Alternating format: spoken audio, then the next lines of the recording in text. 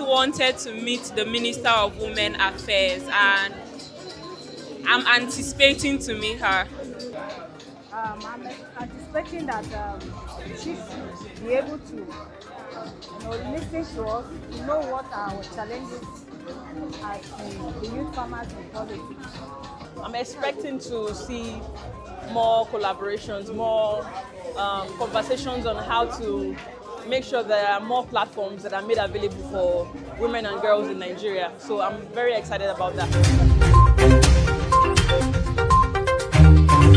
How has being a mother shaped your role as Minister of Women Affairs? And how has it also shaped your influence, your programming, your initiatives, and that you've created for women? I came into politics because of my role as a mother. I told people that a few years ago, I was minding my business and then were hit by a family illness that almost claimed my son's life. And that was when I went into covenant with God. And I said, if you heal my son, I will dedicate my life to building our nation.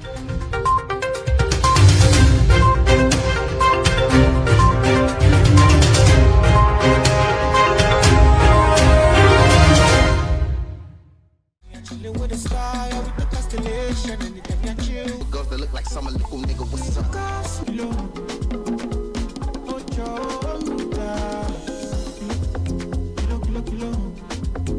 With the Honorable Minister of Women Affairs, Hajiya Imaan Sulaiman. And on a quick note, we'll be anchoring this event, myself, Samira Osman Andam, and my colleague, Yet. Please, if you are the Honorable Minister, stand up, let's see you. Claim it, so forward. Come forward, please. Come forward. Clap for her, please. Just keep clapping till she comes to the stage. Honorable Minister, they pick up this kind thing be this. No. You're not supposed to pick popcorn now. Waiting. Please tell us your name. Good evening, everyone. My name is Alero Fregene. From where? Delta State. They do not hear your name. My name is Alero Fregene. I'm from Delta State. Okay, I'm a lawyer. Wait. I understand. Thank you. Wait. Okay. All these questions are for waiting. All these Nigerian men, wait, sabi I fair women, stop. Is that how to network? I do it backstage, not here. Make we no catch you. Thank you very much, Alero. Go on, please. Like, clap for her. It's not easy coming to the stage to speak. Can we quickly do an breaker? Help me hold it. I want to put some on the spot. But the problem is, after leaving here, she can kill me. Please, you people should help me beg her on my behalf. Before I call her, she started that at Uber. Now, that is the problem with having sisters. Thank you. Stop hot temper. It's not good. You are a Nigerian. You don't need hot temper to live. Thank you. A quick one. If I call you, or if I point at you, you will say truth, and a lie. The person next to you will say what is the truth and what is the lie. Do we agree? Do we agree? Thank you, because you cannot come here, finish eating our snacks and drinks and refuse to talk. We'll go sooner.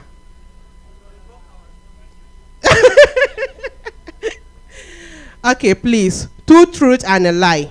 The person next to you will say what is the truth and what is the lie. Good evening, ma, and welcome to an evening with the Honorable Minister of Women Affairs. Can you tell us your name?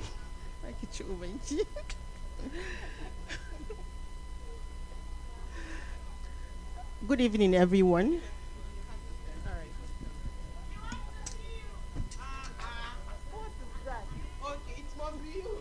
Don't worry, I will kill her when we get back home. My name is Khadija Ishaq Bawas. I am a lawyer. Okay, together. I am a lawyer. I am an entrepreneur. And I love sweets.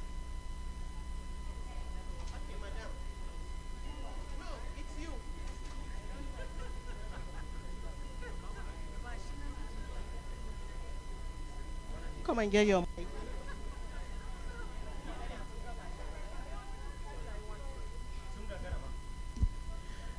Madam, back in the life here, because I say you should talk.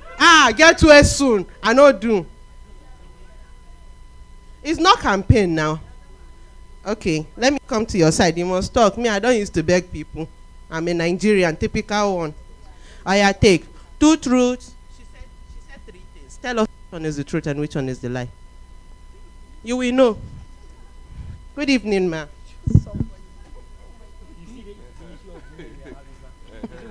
You wore pink, our color of the day. Please do us the honors of talking. If not, I will cry. Talk.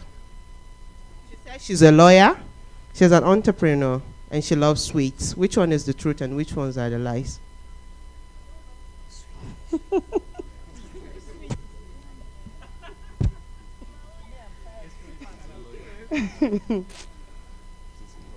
The lawyer.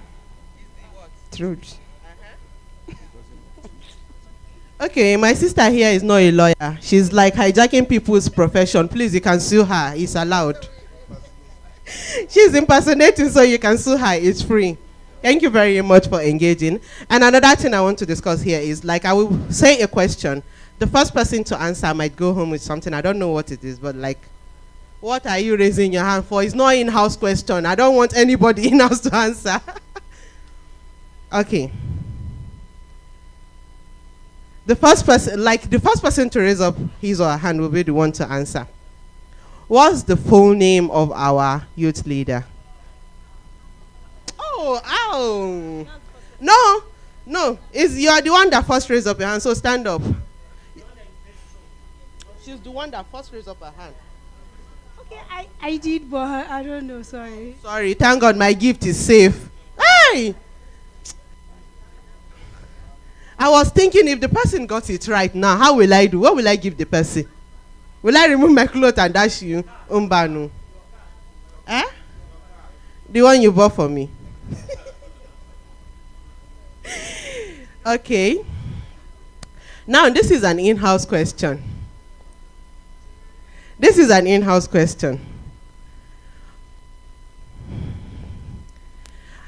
Who is the most hardworking in this house? Please, if you are the most hardworking. Who is the most hardworking in this house? Ambassador Dayo, Israel. Who is the most hardworking in this house? They did not hear you. Ambassador Dayo, Israel. Please, can you clap for him? It's not easy to be a leader and be the most hardworking. But this one is Ojoro. Why will you say leader is the hardworking? Am I no more hardworking than he is? Okay. Sometimes you meet people that will like push you to do better than you are. If you are working with Dayo, whether you like it or not, no matter how lazy you are, you must learn how to be hardworking. Dayo doesn't know minimum. He doesn't know minimum. He wants to see the highest. And the first one is, growing up, who was your biggest inspiration or role model as a woman? Not to sound cliche, but definitely my mom. Yes, definitely my mom. Okay, so I'm actually blessed to have 2 mothers. The one who birthed me and 2 of them who raised me.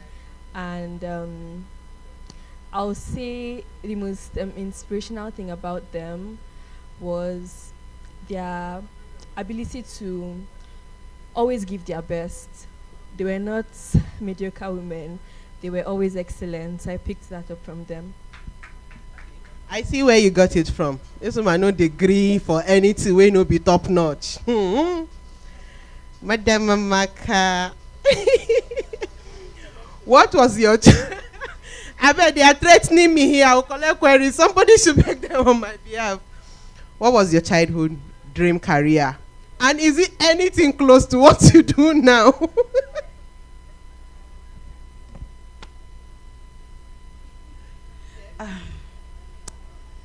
My childhood dream career, I had like 4. I would just, so I don't know the one to pick, but I always dreamt to be a pilot, and then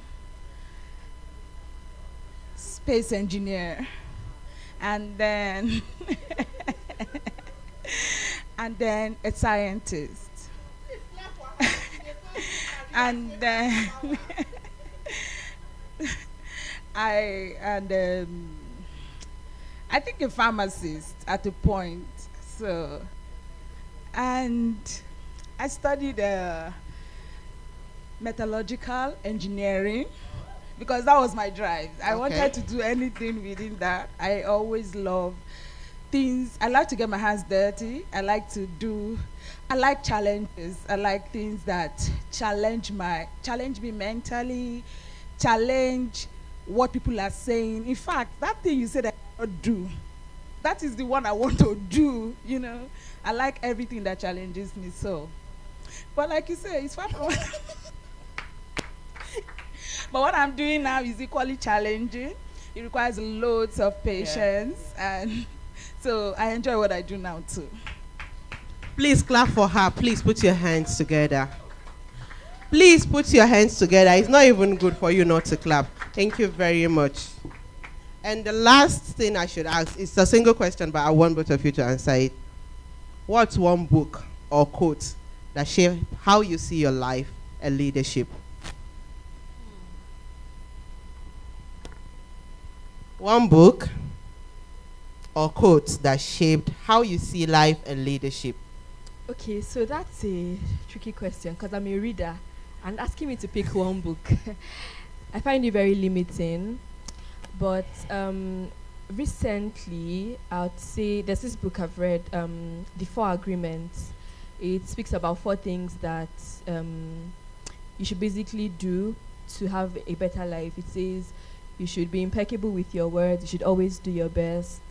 I can't think of the other 2 now, but that book has basically helped me through. And then I'm also an avid reader of Chimamanda Adichie, so I'd say every of her work has inspired me. Okay, like she said too, I read a lot of books. So I first from Francine Rivers, Turning Point. So and it's something about how did she put it? Okay, but let me just it guides me because it's like just understand that there was a place she gave a quote and said, understand that the pin where you put pin at every milestone might change, but do not let your passion change, you know. So the passion will drive you to find a new solution. So I apply that to my life. The second one is from Mafia Manager by V. It says, strive not to make more friends, but to have more allies, because friends can betray you, but allies, they share the same interests and the same vision. It helps you through it. So that's what it means. Thank you very much. Thank you very much. These ladies you see here are the powerhouse of Youth House. They are the powerhouse of Youth House. Please clap for them. Thank you very much, Ms. Amaka. Thank you so much. All of you that are not clapping, I'll start pointing you one by one. Quick one. This one is hijacking. Morning or night person? Hello. Morning or night person? Morning. Morning person. Ah, it can never be me. Tea or coffee? Depends. I don't want it. Depends. Tea or coffee? Tea. Long meetings or short ones, sir? Short.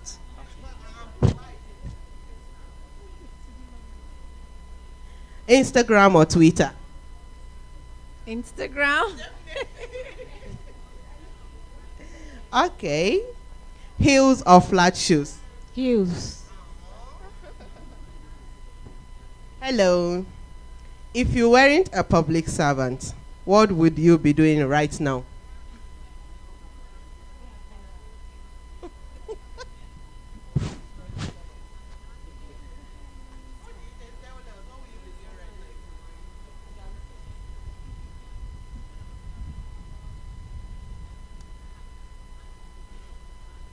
Businesswoman.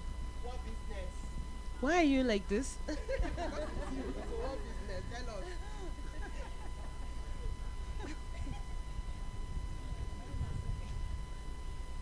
Buying and selling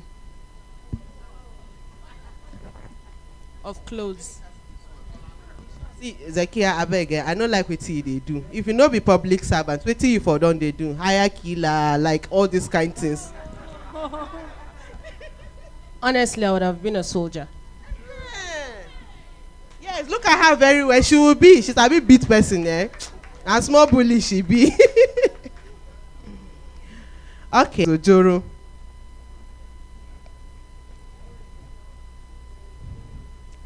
Hello.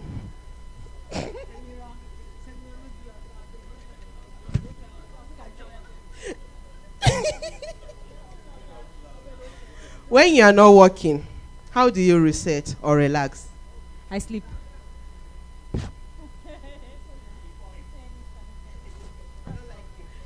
I don't like you. Why are you people shying away now? It's Women's Day. I don't want to talk to. Yes, because thank you very much. We have to smile because I mean we are celebrating the girl child in Nigeria. The he for she's in the house. Can we have a wave in the hand and give us a shout? Yes, thank you very much. Thank you very much. So we just got a message that the ladies are not showing up, you see, and later they will say he knows this thing. All right, so we just got a text. The minister is already on our way. So why she come? We just want to do something real quick. Let's have a real conversation, guys. I believe that's what we are here for, right? Absolutely. Let's have very real conversation and understand the state of the girl child in Nigeria. So I'm going to be calling somebody on the stage to join me, and we'll have a very sweet conversations. Are we good to go? Yes, we are. All right. So let's have Mrs. Joy. She's in the house. I think I can see you. Joy, please, could you join us upstage? Yay, please come up. No, you in yellow, please. Yes, please join us. Let's put our hands together for her. She joined us. She's somebody who is very passionate about the girl child. Let's have her come up, please. Let's put our hands. Yes, Miss Joy. Miss Joy, please join us. Thank you very much. Thank Come up. you. Thank you. Thank you. Please, you people should clap for her. It's not easy. Please. Thank you. You're welcome. We are so happy to have you join us here today. Please sit down. So to join her on the stage, I would like to call on our barrister Esquire, the way I call her, and her name is Barrister Favor Ego. Please come up. Please come up. Please encourage her by giving her a round of applause. Please, Favor. let's have Favor come up. Favor, you hear us? Please. Favor. She's coming. She just needs our encouragement. So while we await her to join us here, we will go ahead and start the conversation. And what we are doing here today, we would like to first of all appreciate each and every one of us for joining us here today. I know it's not an easy task, joining, cancelling, and looking into your busy calendar to still create time to join us here today. So we will be getting right into the matter while we await the arrival of the minister, honorable minister. So I would like to ask you, ma'am, okay, just before I ask you the question, I would like you to introduce yourself. Please, can we have the mic for her, please?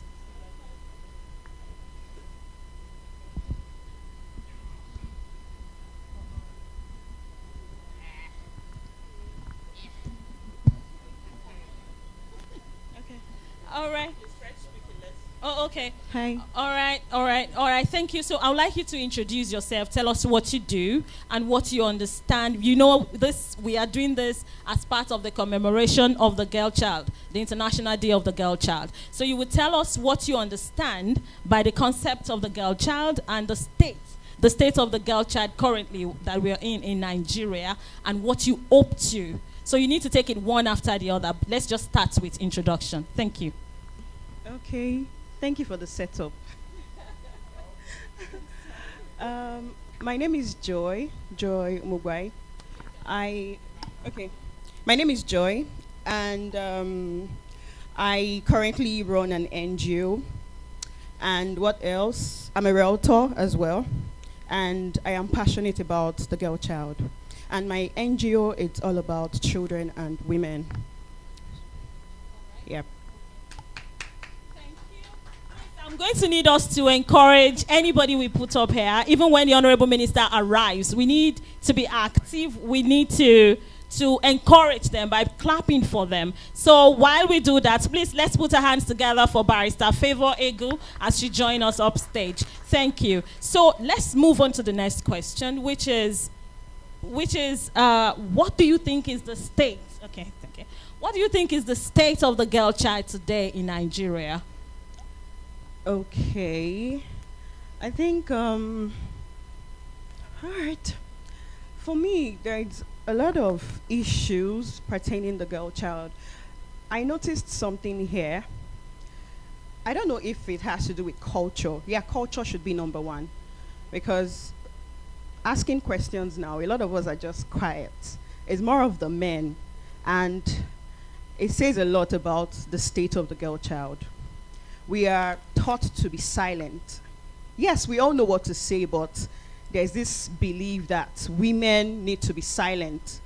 They don't need to come tell you, keep quiet, but when you look around, oh, no one is speaking up, no one is talking about the girl child, and you just keep quiet. You go to schools and it's all about the guys, even when you have intelligent girls. Like growing up, I noticed the ladies or the girls at the top, like the first, second, third positions are usually girls in some schools. Am I right? Most times it's just the girls, and the guys just wait for them to get to a certain age. And really, at a certain age, the girls, they start deviating. It's either the society is telling them, you are too much, or you should calm down. In fact, no one will come tell you, but the society will just make you feel like you don't need to dream big. No, your dreams are not valid. They are too much. They are too large. They are too big. And then you just see that most girls just relax, and all we are praying for is, let me get married. It took me so many years to realize that I mean more and I can achieve more. Because growing up, you see ladies after their secondary school, a lot of them, okay, I'm from Edo State, and of course we all know the whole issue of traveling abroad. Back then, it's no longer a thing now, right? And when you get to a certain age, back then, most of them at 16, 17, they are sent abroad to prostitute. Most of them, even before they finish the secondary school. And for us that, you know, education was our thing. Like, I really wanted to go to school. You go to school, and the next thing, your parents are already looking at you like, hello, get a husband. They're not telling you to dream bigger. They're not telling you to become a leader. They're not telling you to aim higher. They're just telling you, okay, now you're in school, you're in university, get married. So you see a lot of girls in their 20s, oh, I want to get married. When you get to 30s, like, oh, you're not getting married, it means you failed. So that's one of the, in all of this, so it's more like a cultural thing. So yeah, that's how I say it. But what I do, like my NGO, we're passionate about making ladies realize their potentials.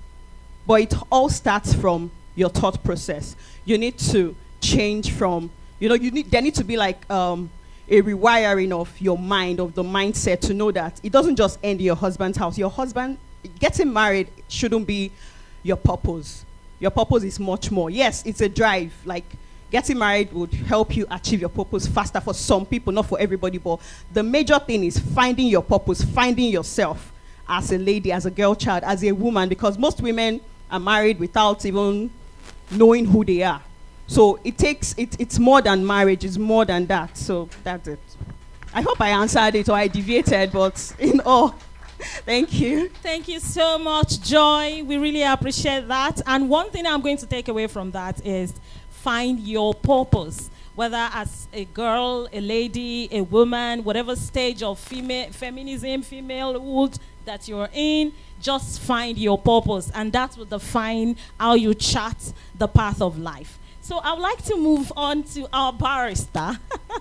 It's been a long time coming, actually. So before I ask you my first question, I would just like you to go ahead and introduce yourself to the audience so that they will know who we are opportune to be here with. Hello, good evening, everybody. My name is Favor. First of all, let me start by apologizing for coming up stage late when I was called. It's unethical, but you believe with me that the stomach at some point has to eat. So I was servicing that other room. My name is Favor. Like she said, I'm a legal practitioner. I currently work at the National Assembly as an SLE to the Deputy Speaker. I also own a foundation. It's called the Favor Ego Foundation. And what we do is we are strategic about poverty alleviation, seeing how we can get to the girl child as well, women empowerment and youth empowerment. I also volunteer with the with the foundation, that is the Progressive Youth wing as well. So I think in a nutshell, that's it about me. Many other things I think will be said as we continue. Thank you very much. Thank you, Barrister. Please, let's give it up for Barrister Ego. Thank you. So let's go straight to the question. So at this point, this is 24th century.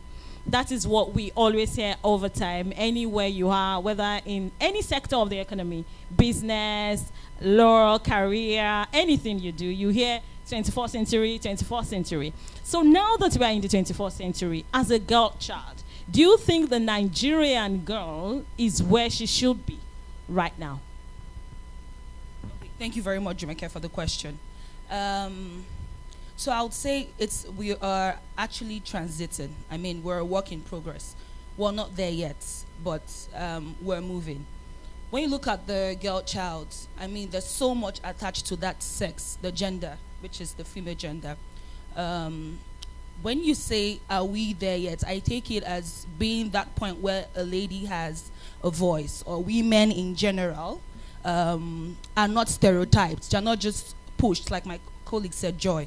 They're not just pushed to the side. So it's not just about women ending in kitchen, women having a tagline as to having their husband's name. It's not just women being the weaker vessels, but it's about having girls, women who are occupying several sectors in government, people who are occupying... Apologies, Barrister Joy. Sorry you. to cut your train of thought, but because we're trying to have an inclusive house, right, we've been made to understand that we have certain people who are physically challenged in terms of hearing, so we want to just plead, crave your indulgence, so we'll have an interpreter join you, so that for those, because we have a couple of people who are also joining us online who probably are deformed. So yes, thank you very much. You can proceed. Thank you. Oh, thank you very much. That's a wonderful observation. Yeah.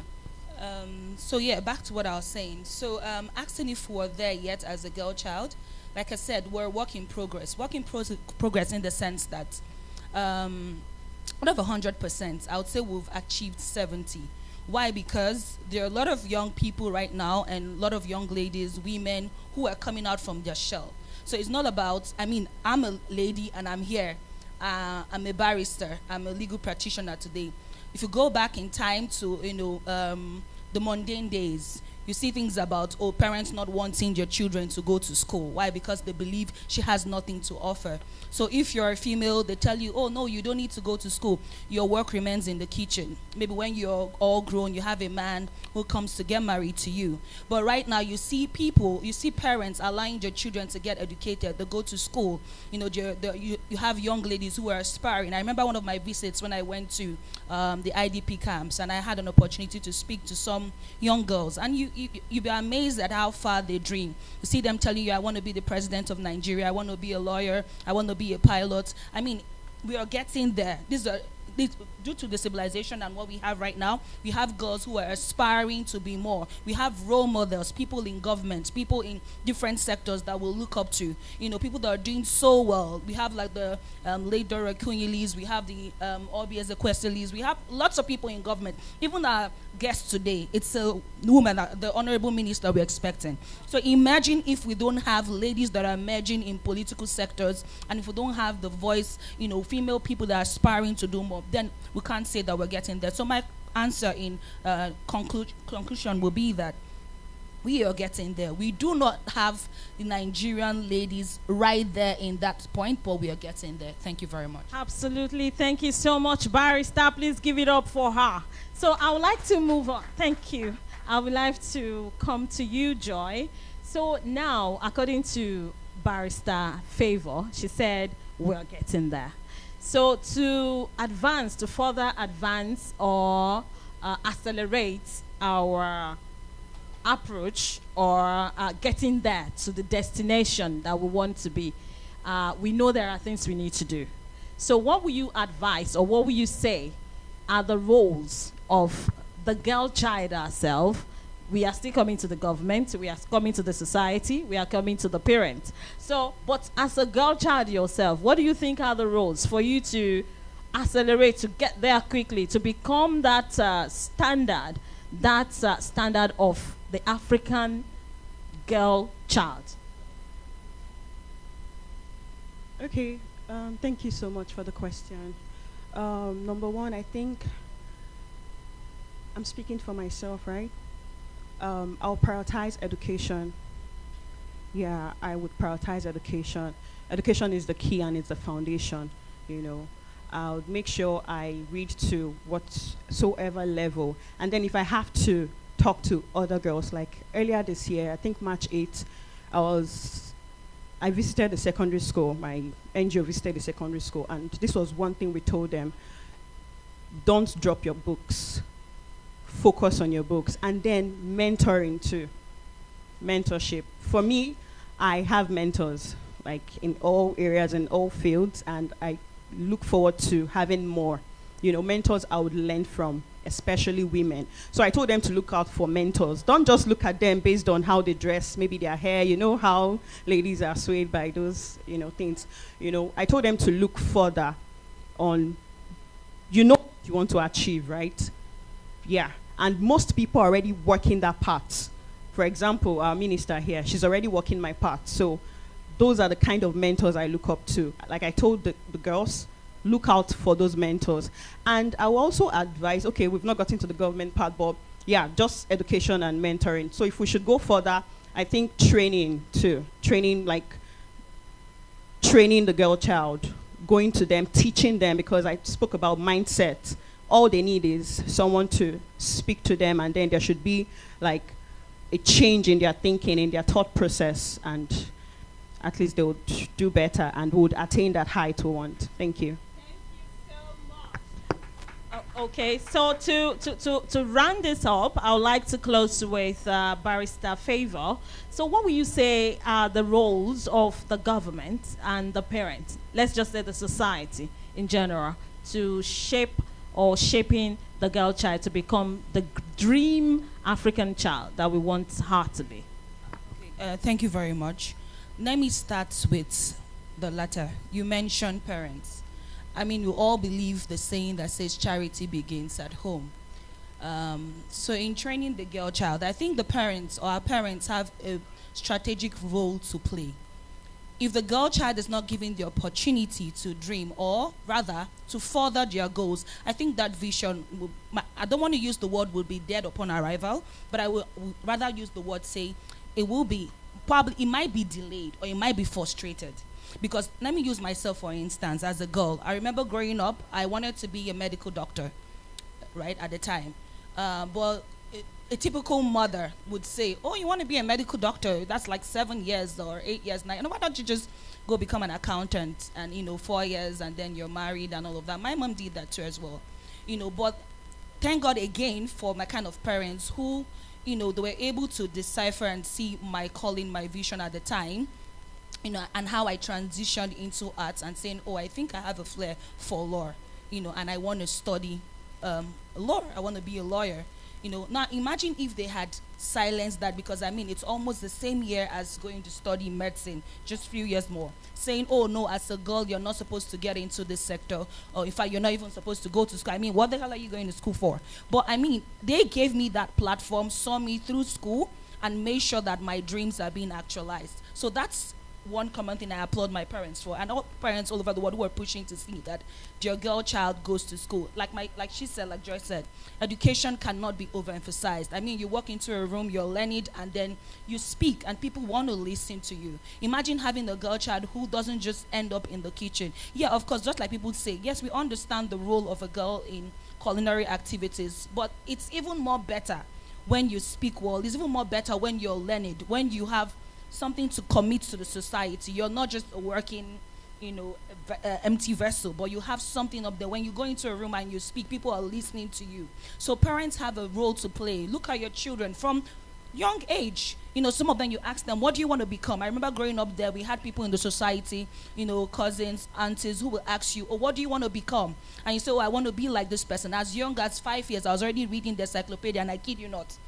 Why? Because I'm very serious. Because I had uncles who were medical doctors. I come back and I look at your books and I'm asking questions. Oh, what is this? And you're teaching me. It wasn't even my mom who taught me how to tell the time. It was people within my neighborhood who would sit me and tell me when the longer hand is in 12 and the shorter hand is in 4, it is 4 p.m. So it's not just your parents now who have the role to play. Even the society can equally help train a child.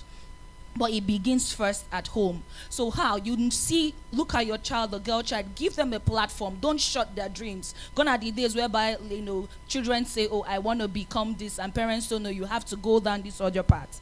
Because that's one of the things that shut down dreams. Now we have people who are doing so well, even in the entertainment industry, people who are doing so well, even as cooking. We celebrate today Hilda Bassi. She's a lady, she's a chef. Back in time, if you said you want to be a chef, I'm sure your parents will look at you like, you don't want me to have the opportunity of being called mama engineer or mama lawyer. But now these are, other spheres that we celebrate, and you're doing so well. We have people who are athletes, who are running, they're getting medals. We celebrate people, the Super Falcons, there are women, we celebrate these people. We have voices that are that politicians, women that are doing so well, even in the Senate and in the House of Reps. So it's one thing to have a girl child and to encourage her to dream. Don't shut the vision. That would be my first advice to parents. And 2, see how you can make sure that these dreams are being nurtured. Now, to the society as well. It's been said that, like I said earlier on, it doesn't just take one person to train a child. Because, I know back in the day, you have people who tell you, oh, you're supposed to greet your elders, you're supposed to do this, even as much as we try to, look at a lot of things today and just classify them under this Gen Z. Forgive me, I'm a staunch millennial. But then we grow up having people, in our society as well, who will tell you, oh, as a girl, you're supposed to sit this way. As a girl, you're supposed to do this. And those were part of the things that shaped us as well. So coming up as well, looking at the government, the role the government has to play. I think this is one of it. Such programs as this, as what we have now, should be encouraged. We have, because we don't put something as wonderful as this program. Kudos to the progressive, kudos to the Office of the National Youth Leader, who's doing so much. Because if you don't put things together like this, that is all over, like you said, we have people here, there are lots of ladies in this room, men as well, the he for she's, we're going global, we're on, the internet, a lot of people are watching, you're learning. So when you put things like this, people are able to see and learn. She talked about mentorship programs. It cannot be emphasized. Nobody is an island. It's good when you have a mentor or someone who can call each other, someone who you see who is more like your role models. You look at them and you aspire to be like them. Growing up, I had such role models. People I saw and I said, oh, I want to be with, like them when I grow up. And what they do for you is they help you keep your eye. The Bible says set your eye like a flint. They help you stay precise. More like have someone you're narrowing, someone you're mirroring to get to where you want to get to. So this is very important. Government can also help with initiatives, mentorship programs, outreaches to not just people here, but people that are in the slums, if I may use the word, people there in the IDP camps. I don't know how often you frequent these places, but when you go there, you see children that are not as privileged as we are, but that the people that we ought to take this message to, because it is a message. It's like a gospel you're going. So these are the things that I think even the government can liaise with, already functional foundations, NGOs, CSOs, and see how we can send the message out. In a couple of days, we'll be having an outreach, which is the Pink October. It's a walk that has to do with going out to have a sensitization for breast cancer. I think I'm correct, right? Yeah, so these are things that are, such programs as this should be welcome, because these are things that are educational, just life-changing. Imagine a girl not knowing her rights or knowing the basic things to do. But when you come out with such messages, telling the girl, oh, as a young girl, as a teenager, these are your rights, you should know this, even things down to, what's it called, sexual harassment, if I may go there. Permit me to touch that a little bit.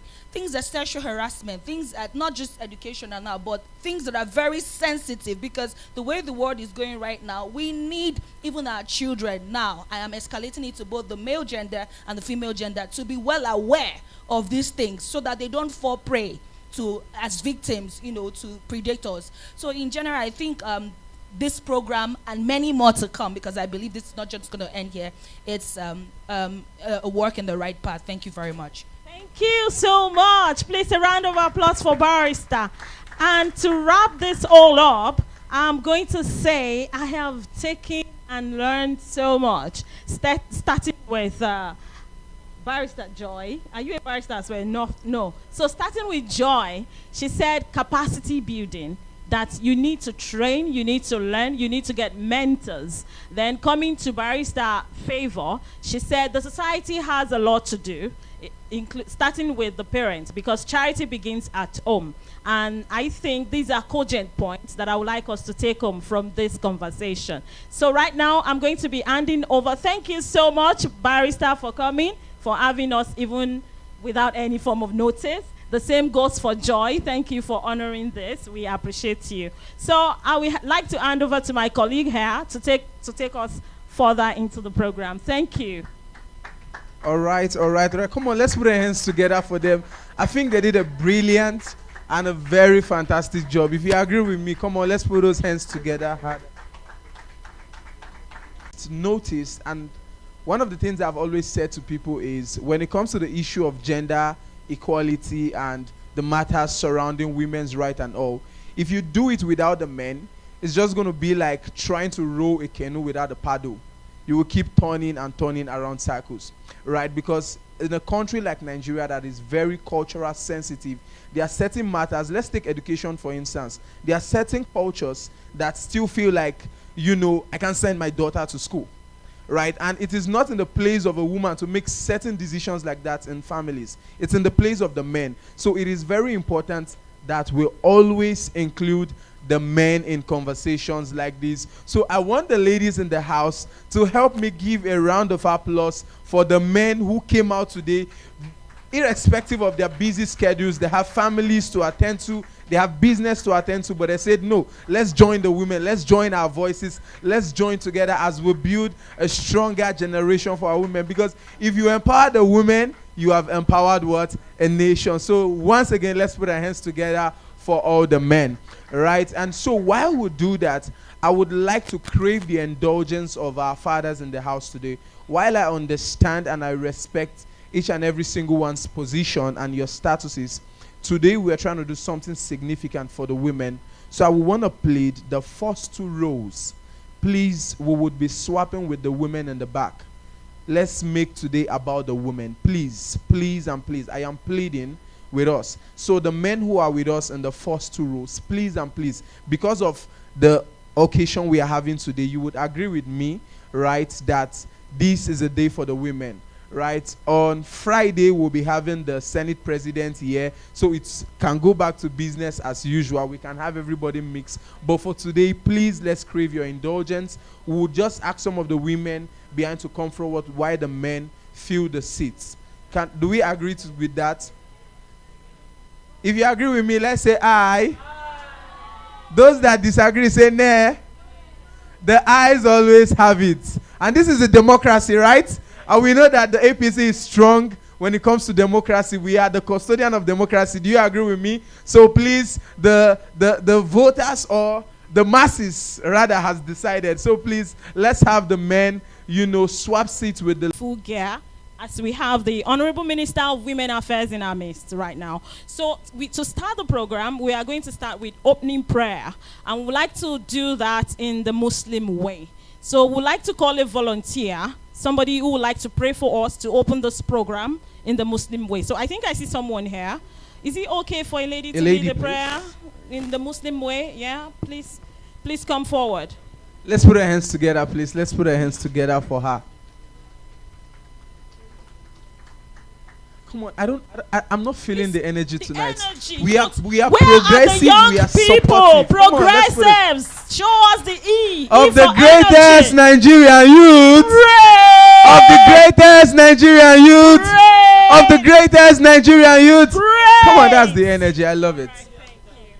صلوا على النبي الكريم اللهم صل على سيدنا محمد وعلى آل محمد كما صليت ورحمت وباركت على سيدنا إبراهيم وعلى آل سيدنا إبراهيم في العالمين إنك حميد مجيد بسم الله الرحمن الرحيم الحمد لله رب العالمين الرحمن الرحيم مالك يوم الدين إياك نعبد وإياك نستعين اهدنا الصراط المستقيم صراط الذين أنعمت عليهم غير المغضوب عليهم ولا الضالين ربنا آتنا في الدنيا حسنة وفي الآخرة حسنة وقنا عذاب النار سبحان ربك رب العزة عما يصفون والسلام على المرسلين والحمد لله رب.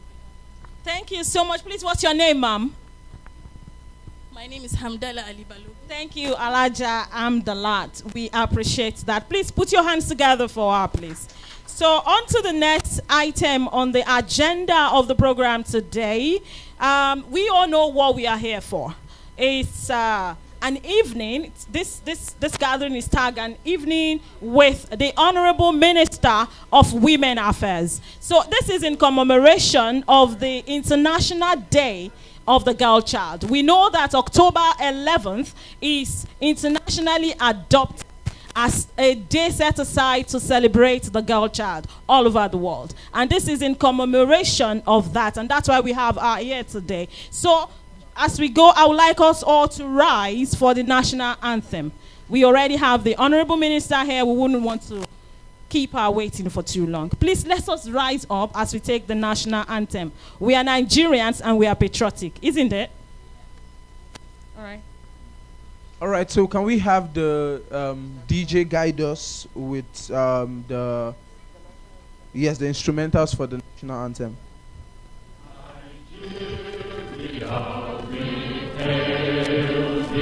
Our own dear native land, though tribe and tongue may differ, in brotherhood we stand.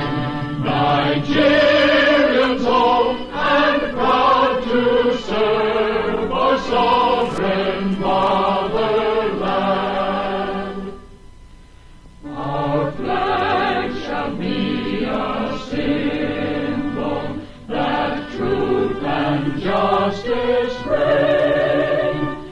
In peace or battle honored, and this we count as gain. To hang on to our children a banner without stain.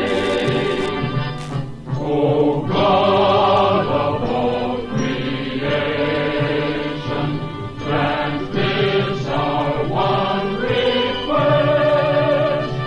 Help us to build a nation where no man is oppressed,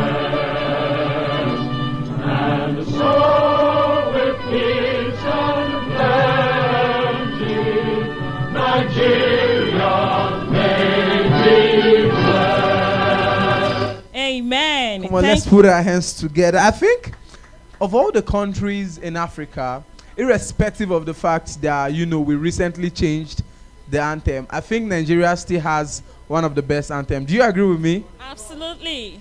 You said no? That is very unpatriotic, but we'll forgive that, won't we?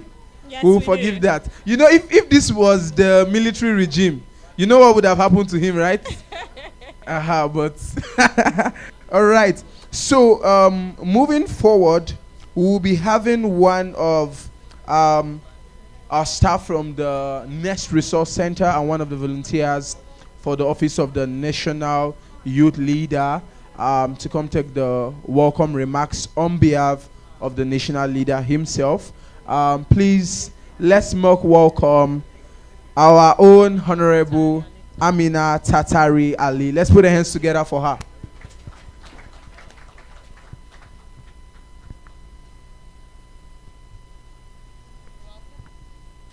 Good evening, distinguished ladies and gentlemen. My name is Amina Tatari Ali Esquire, AIMCMC. I work with the stakeholders engagement team here at the Youth Wing. So it is with a heart full of warmth, gratitude, and excitement that I welcome Honorable Minister Imaan Sulaiman-Ibrahim, the Honorable Minister for Women Affairs, a woman whose life and leadership continues to inspire courage, excellence, compassion across generations. This evening coincides beautifully with the global celebration of the International Day of the Girl Child, a day that reminds us that empowering girls is not charity, it's nation building. We educate a girl, we lift a family. When we support her dreams, we transform a community. And when we give her a voice, we strengthen democracy itself. As we settle in, may the atmosphere inspire meaningful conversations, genuine connections, and new possibilities for collaboration. May every young woman in this room leave tonight believing not just that she belongs in leadership, but that she is leadership. To our distinguished guests, our partners, and to every woman and man who continues to champion inclusion, mentorship, and empowerment, we say thank you.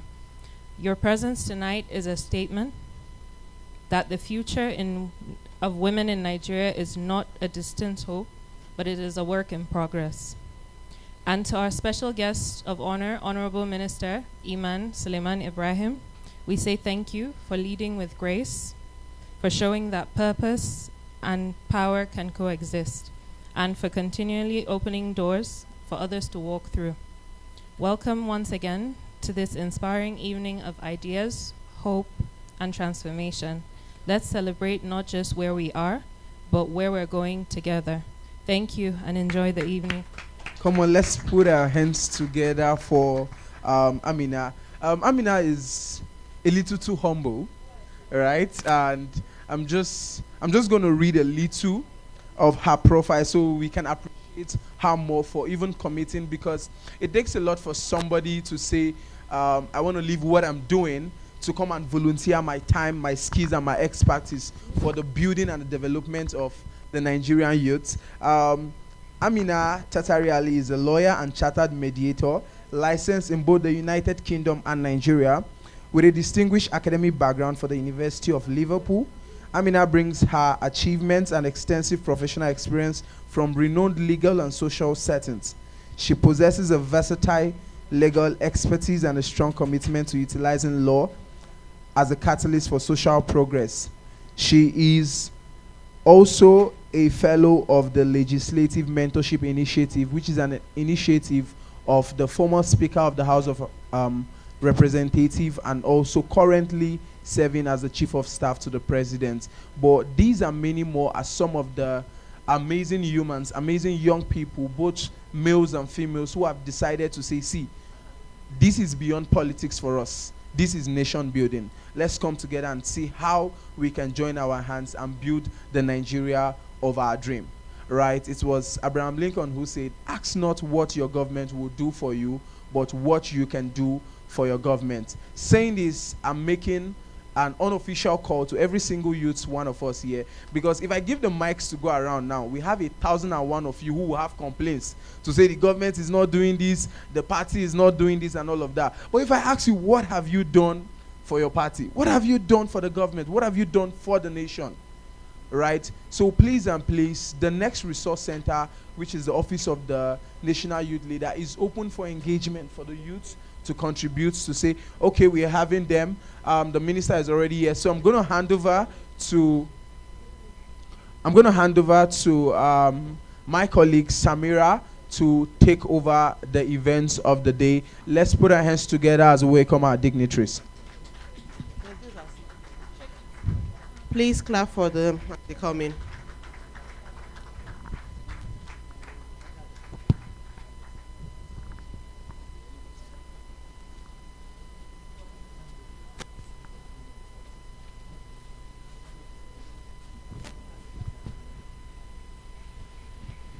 Okay, quickly, let's welcome Her Excellency Hajiya Nana Aisha Abu Ali, former First Lady of Bauchi State. Ma, you're welcome here.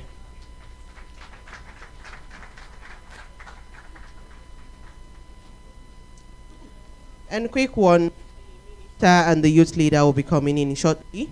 They're just having a quick tour of the youth house before they come in.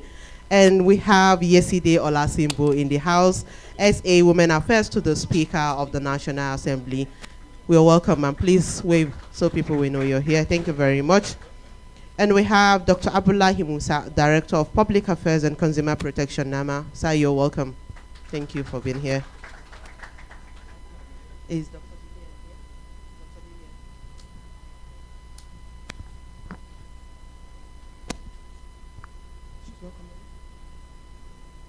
So please, before they are here, DJ, can you please maybe stop music for entertainment before they just come in quickly? Let me see what's happening in there. Thank you.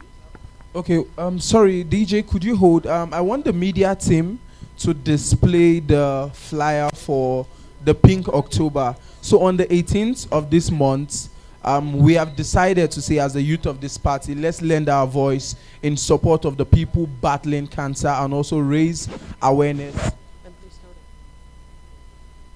Yes, and we need to raise awareness for breast cancer awareness. Yes, so we'll be having a walk which is tagged the Progress in Pink. We are working for hope and we are working for life. So this walk is going to be starting here at the youth house, and we'll be marching and proceeding to the Buhari's house, which is the APC National Secretariat, where we would be received by the APC National Chairman.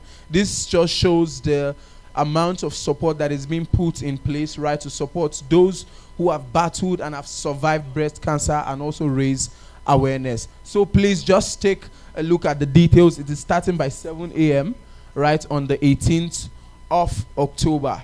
Please share with everyone. Let's come out in our numbers. Let's come out to support. And please, if you are coming that day, just to make this a day that will be very memorable, you can have a touch of pink. If possible, you can dress in full pink, right? Thank you very much.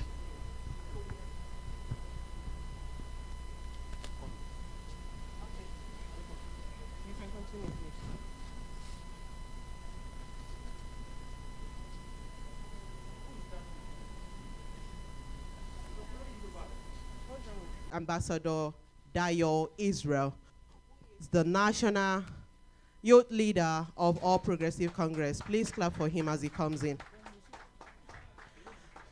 Quick one, Dayo Israel is an astute. Okay, thank you.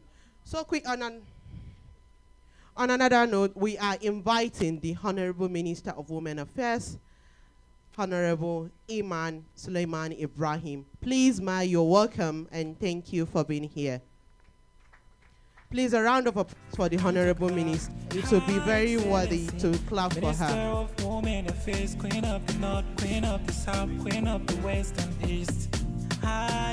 Honorable Imaan Sulaiman-Ibrahim is a Nigerian politician and a businesswoman.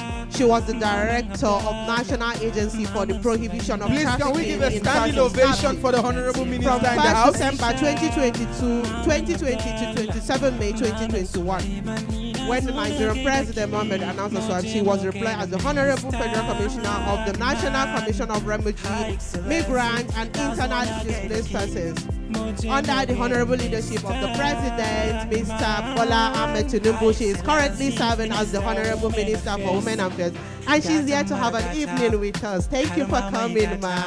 Come on, let's put our hands together for the Honorable Minister. Thank you for coming. Let's put our hands together.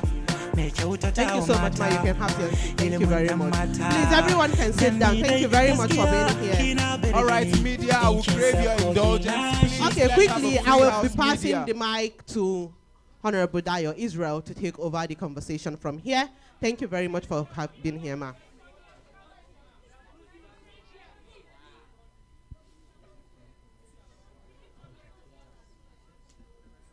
Women Affairs and Social Development, my darling sister, all the way from the diaspora. We've been friends and brothers and sisters before the Honorable Minister came back to Nigeria. We're fellow diasporans, and it's such a great honor to have the privilege to work together under the banner of the All Progressive Congress. Astute, passionate, creative, energetic, dynamic, and a true princess from Nasarawa State. I know that this is a political organization. I wanted to say, perhaps maybe the future first female governor of Nasarawa State. Good evening, everyone, and welcome to an evening with Honorable Minister Imaan Sulaiman-Ibrahim, the Honorable Minister of Women Affairs. Honorable Sir, thank you very much for joining us this evening. Today is your daughter's birthday. How do you feel like a mother? Grateful.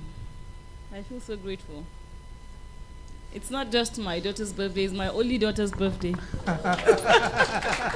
And you know, this week we celebrate the girl child. So it's a special day for me. What was the experience like raising a daughter? It was a learning experience. It doesn't come with a manual. So you just have to get it right. And you know, it's a journey that requires you to put God on the driving seat. You know, raising a daughter requires you to also come down to their levels, because the key factor in raising a girl child is friendship. Yes, they must trust you. You must. Can be I their get another friends, mic for her as well? I want to bring her into this conversation. Please keep going, ma'am, before I go to her. It's been an enriching experience, because what you find out with raising a girl child or with raising children is that even if you have 10 of them, they're all different. So you have to learn about each and every one of them. For me, raising my daughter wasn't like raising a child. It was like I was raising an adult. Because she grew up too fast. When you have a mom like me, you must grow up fast. So I'm a jack of many trades. Not all trades, but a lot of trades. And my daughter had to grow up very quickly. This morning, I was telling her that I know that one day you're going to end up in politics. She said, "God forbid." And she said, "Mom, why did you say that on my birthday? Is that a prayer? What kind of prayer is that?" I said, "No, you know too much, you've seen too much, and you've heard so much. So it's just a matter of time. You also want to do so much." So I have one question, but I'm going to hold on to that. I want to hear something from her. And I think my question would be, how has motherhood influenced your current work as Minister of Women Affairs? But before you answer that question, what are the 5 things that you've learned from your mom growing up that has shaped your journey? To stay faithful would be one. The second one would be to hold on to your relationships in life and value every person that you encounter. Another one would be to always be kind. You don't know what someone else is going through, so to always be a kind person. I also drive excellence in everything you do would be another important one. And to keep smiling. And yes, she's always smiling, actually. Thank you. Before I come back to you, Honorable Minister, so how has being a mother shaped your role as Minister of Women Affairs? And how has it also influenced your programming, your initiatives, and that you've created for women? Okay. First of all, I'd like to thank you, our leader, for having me here and for letting me come with my daughter. Because this is a special day that I would like to spend every minute with her. And having been at work the whole day, having spent this evening with her, you know, it's a blessing. Thank you for that. And thank you very much. And thank you, our leader. the youth leader of the greatest party in Africa. I was tempted to say the world, which I could be right, but I'll just leave it to Africa. You know, thank you for this space that you have, you know, gifted all of us. I'm sure in the next 10 years we'll be so proud of this vision that you have brought to life. How has motherhood influenced my decisions? Your initiatives? My initiatives on this role? I think I came into politics because of my role as a mother. I told people that a few years ago, I was minding my business and then were hit by a family illness that almost claimed my son's life. And that was when I went into covenant with God. And I said, if you heal my son, I will dedicate my life to building our nation. So sometimes when people say, oh, where do you get your energy? How come?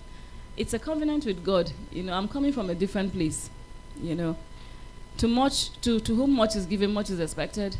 You know, I come from a system whereby just because you go to work and pay your taxes, you know, you're being able to afford everything. And for me, that is what I'm working towards. Having been given this responsibility and trusted with this by His Excellency President Bola Ahmed Tinubu GCFR, you know, I must do whatever it takes to ensure that when it comes to my mandate area or any other area that I can support, that he excels.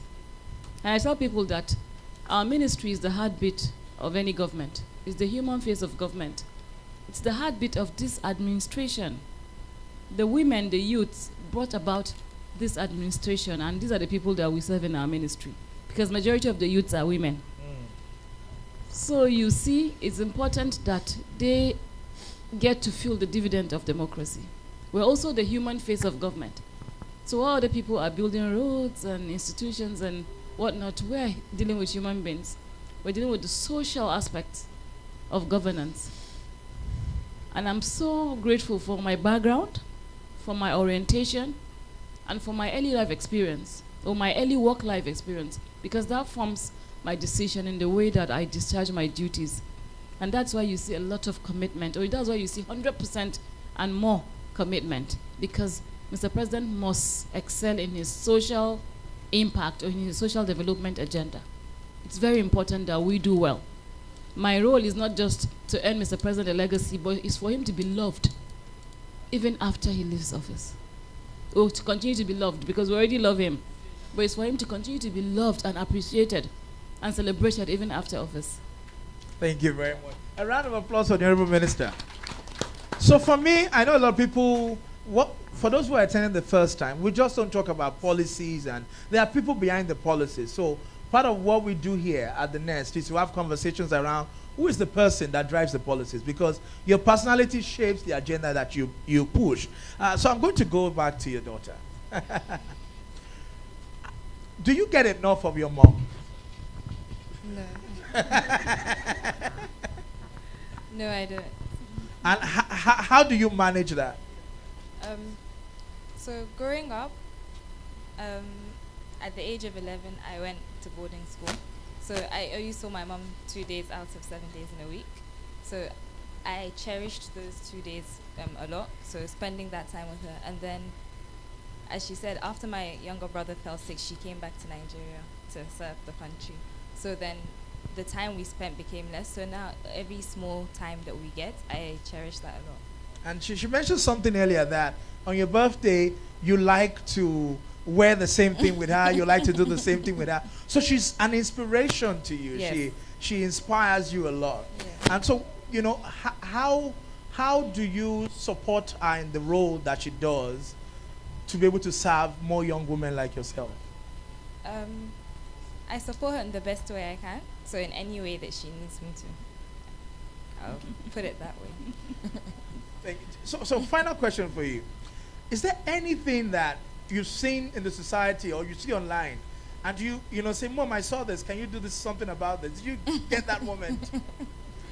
Yes, I try to like there's an experience, I think, of a rape case that happened, and that was one that I saw, and I felt like, oh, we should try help the situation and solve the problem.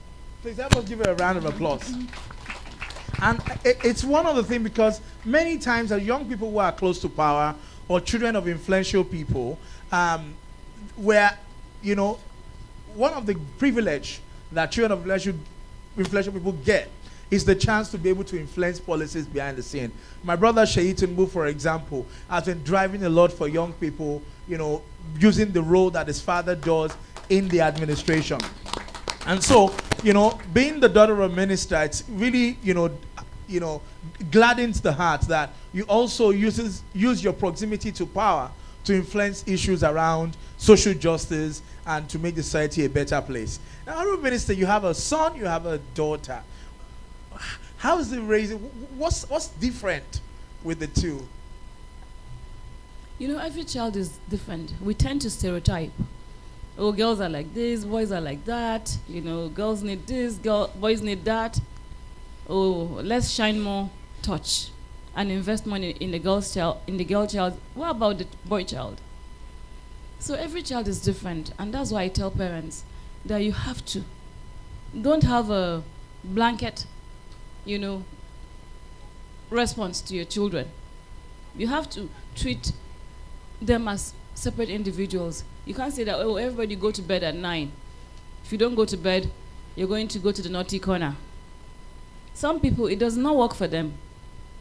So you have to study your children properly and be able to form the bond and speak their language. We're growing up, we're different. You know, we're more compliant. You know, when you say jump, but now when you tell a child jump, you say, why? How high? Well, I don't want to jump now. If I jump, you know, it's going to, you know, distort me. Do you understand? So they're more opinionated, the children. And that's why we don't want to lose them. So we have to study them. We have to work with the individuality of our children. And the same approach we take to even interventions or even response to issues. Because we serve a vulnerable and a very volatile population. So it's very important that it's tailored fit. That whatever response we're giving these people is individualistic. You can't have a blanket approach for everyone. Not for child bringing, not for intervention, not for nation building.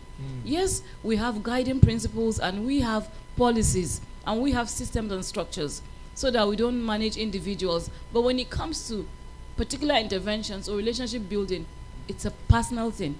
You have to personalize it. And that's what I do with my children. I treat my boys differently, I treat my daughter differently. Because what we want is results. Yes. And over time, when you study people, you know more about them, then you can be able to form stronger bonds and be able to get better results from them. But I think it has to do with emotional intelligence. Yes. You know, when you have emotional intelligence, you can get the best out of everybody. Yes. So, you know, that is the strategy that I use. Thank you very much. And, you know, people forget that I'm a sociologist before anything else. Because I have a degree in sociology, so it helps me to study people and to get the best out of people. So you were Minister of State for Police Affairs. Yes. And then you went into the Ministry of Women Affairs as a substantive minister. But aside from being Minister of State, how do you enjoy, or do you enjoy the Women Affairs better than the Police Affairs? You know, how's the experience now? I think both portfolios gave opportunity for a legacy for Mr. President. They are all underserved and underinvested spaces. The only difference is that with police affairs, I had a colleague, and I was Minister of State. So maybe when it comes to swift response, and when it comes to making decisions, it has to be in concurrence with my colleague. But with this one, I have the leverage to be able to get up and, you know, just make decisions very quickly, and we can be able to have a quicker turnaround time. You know, with police affairs, I can't just get up and say, oh, we're doing a program tomorrow, I'm going to be in 2 or 3 cities. But with women affairs, I have the leverage to be able to say, look, to make a difference, let me galvanize my support team and my, you know, stakeholders. Let's go here. So I think that's the difference. But both areas are areas that, you know, are high impact areas. We need policing. Policing is the bane of every society. We must have a response when it comes to safeguarding. And when it comes to social development, it's also key, because that is what drives our economic agenda, our national development. Because when we achieve in social development, we can be able to achieve collective prosperity and national security. Even the security forces now are talking about non-kinetics, Yes. and that is social development. Yes. Yeah. Thank you very much, Honorable Minister. And now, as Minister of Women Affairs, what do you want to be your legacy in this office? I was asked this question last month, twice or 3 times. I was asked during the PIC and gender program by the NESG. I was asked at Harvard during the ministerial retreat. The legacy is one.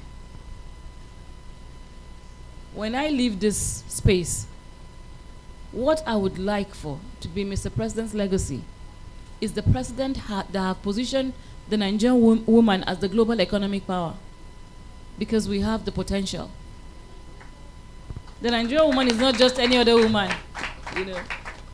People just can't imagine why we can't get it right when it comes to elective offices, because we have everything going on for us. In every sector, we're excelling. We're not only charting the course, but we're breaking barriers every single day. So what is the problem with the political equation? And that's the question that I'd like to throw to each and every one of us here today. And that's the role that we have for the boy child today and for the girl child. Let the boy child begin to see the girl child as their partner in progress.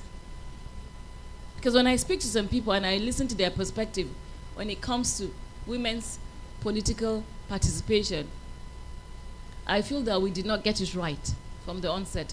So now as parents, we have to begin to correct it. Let the boy child know that it's a democracy. If I were to be in the Senate or the House of Reps or any, you know, council with my brother Dara Israel, and he's having to speak for women menstruating, I don't think that he's going to feel comfortable.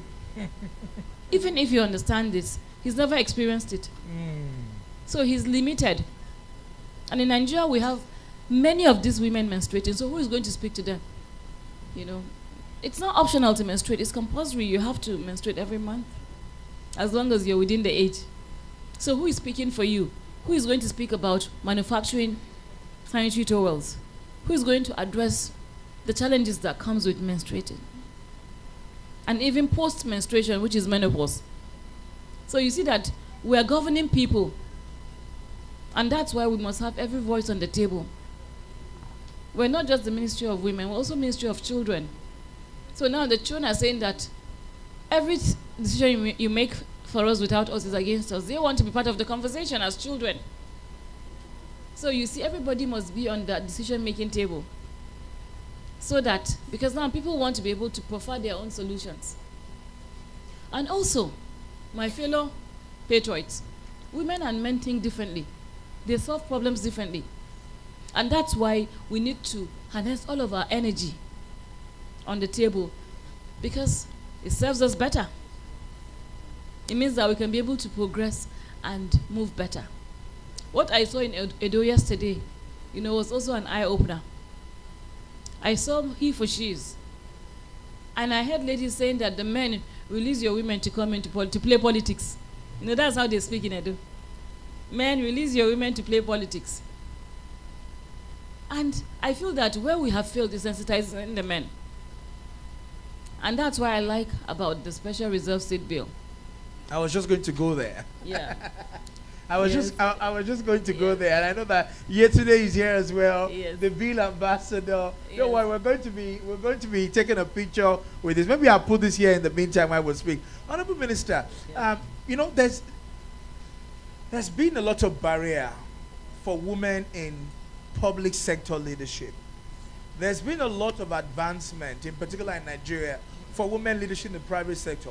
From Ibukun Awoshika to a lot of other women, MDs of banks, from Access Bank to many other agencies, and even multinational, international corporations.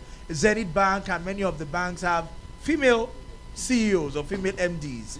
But in politics, things like late night political meetings like you are here, and other factors hinder women's political aspiration.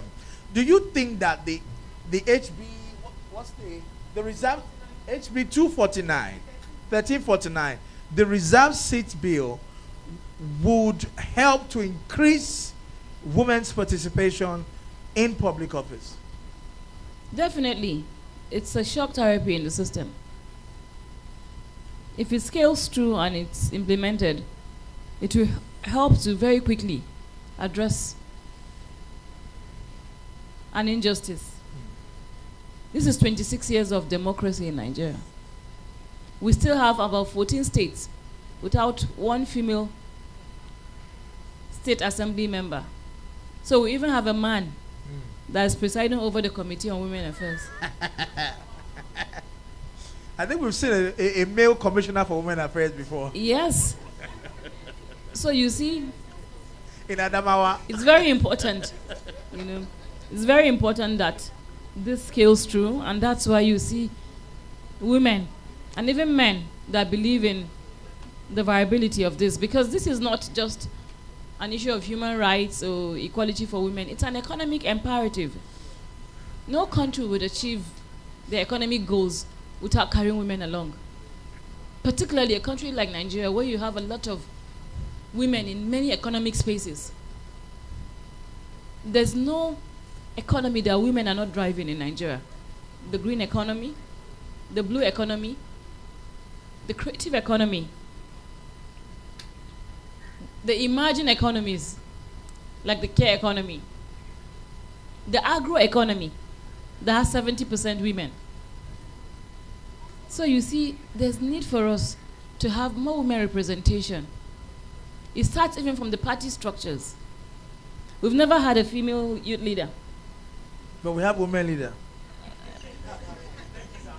No, but beyond, no. So we have a woman leader for women. So why do we have a youth leader for girls? So the constitution says when you have a male youth leader, have a female deputy. So that's actually why today, Honorable Minister, we're launching our progressive young ladies network to give more young women in the APC. Don't worry, Mr. Israel. I'm your fan when it comes to being a youth leader. Nobody's going to touch your seat for now. But in the future, we'd like to see a female youth leader. And a female, I will support. And a female leader across board. And a female financial secretary, a female national secretary, a female leader of the party. Today in Namibia, we have their first 4 being women. And I just laughed. I said, I just pray that we'll be alive to see. But that is the Nigerian story one day. I just pray that God will spare our lives to see it. But that is the potential of the Nigerian woman. And that's opportunities that the Special Reserve Seat would be able to test, our women properly. Many of them, not just a selected few. With 4 women in the Senate, what can they achieve for us? Even if they shout "aye" at the top of their voice, nobody would hear them. With only 17 members in the House, in the National Assembly, out of 370, 60, what can they? Who would hear them? They're outnumbered. So the Special Reserve Seat will give the system a shock therapy. We will usher in more women. The men will get comfortable seeing women. They'll get comfortable working with women. They'll be able to see the potentials of a woman in the political space. And then from there, we can be able to address that systematic challenge that we have when it comes to seeing a crop of female elective officers across board. Honorable Minister, I have questions, but I want to open the floor for people who have come from their office, from their homes, from events and meetings, to also get a chance to interact with you. So if we could please get the microphone. Let's get ready to move the microphone around. We'll take the questions in blocks. We won't take too much because Honorable Minister will need to respond. and then I will identify people. And then priority will be given to women. I will identify the person to give the question. And so we'll take questions. Don't worry if you're in the overflow. You don't have to come here. Can these multimedia people put the overflow on the screen so that when they also ask questions from there, because I'll take some questions from there. So when they ask questions from there, we can also see who's asking the questions. And if there are any social media questions, we're also streaming live on YouTube. Any social media question, please write them and bring them to me. So I'm going to start here before I go to the overflow. There's a lady here. I think I saw a lady here that wanted to tell you. Yeah, go ahead. Okay. Good evening. Make it very brief, straight to the point, so we can take as much as possible. Good evening, Ma. You look so beautiful. Thank you very much. And happy birthday.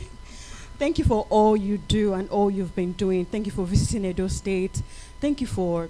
In fact, it's so numerous to mention. You're already living... Your question. Yeah, I know. Please. You're already living my future. Let me just put it that way. So mine is about mentoring, because that's one of the key things that brought me here, and I had to write it down. And I support the reserve seats for women bill.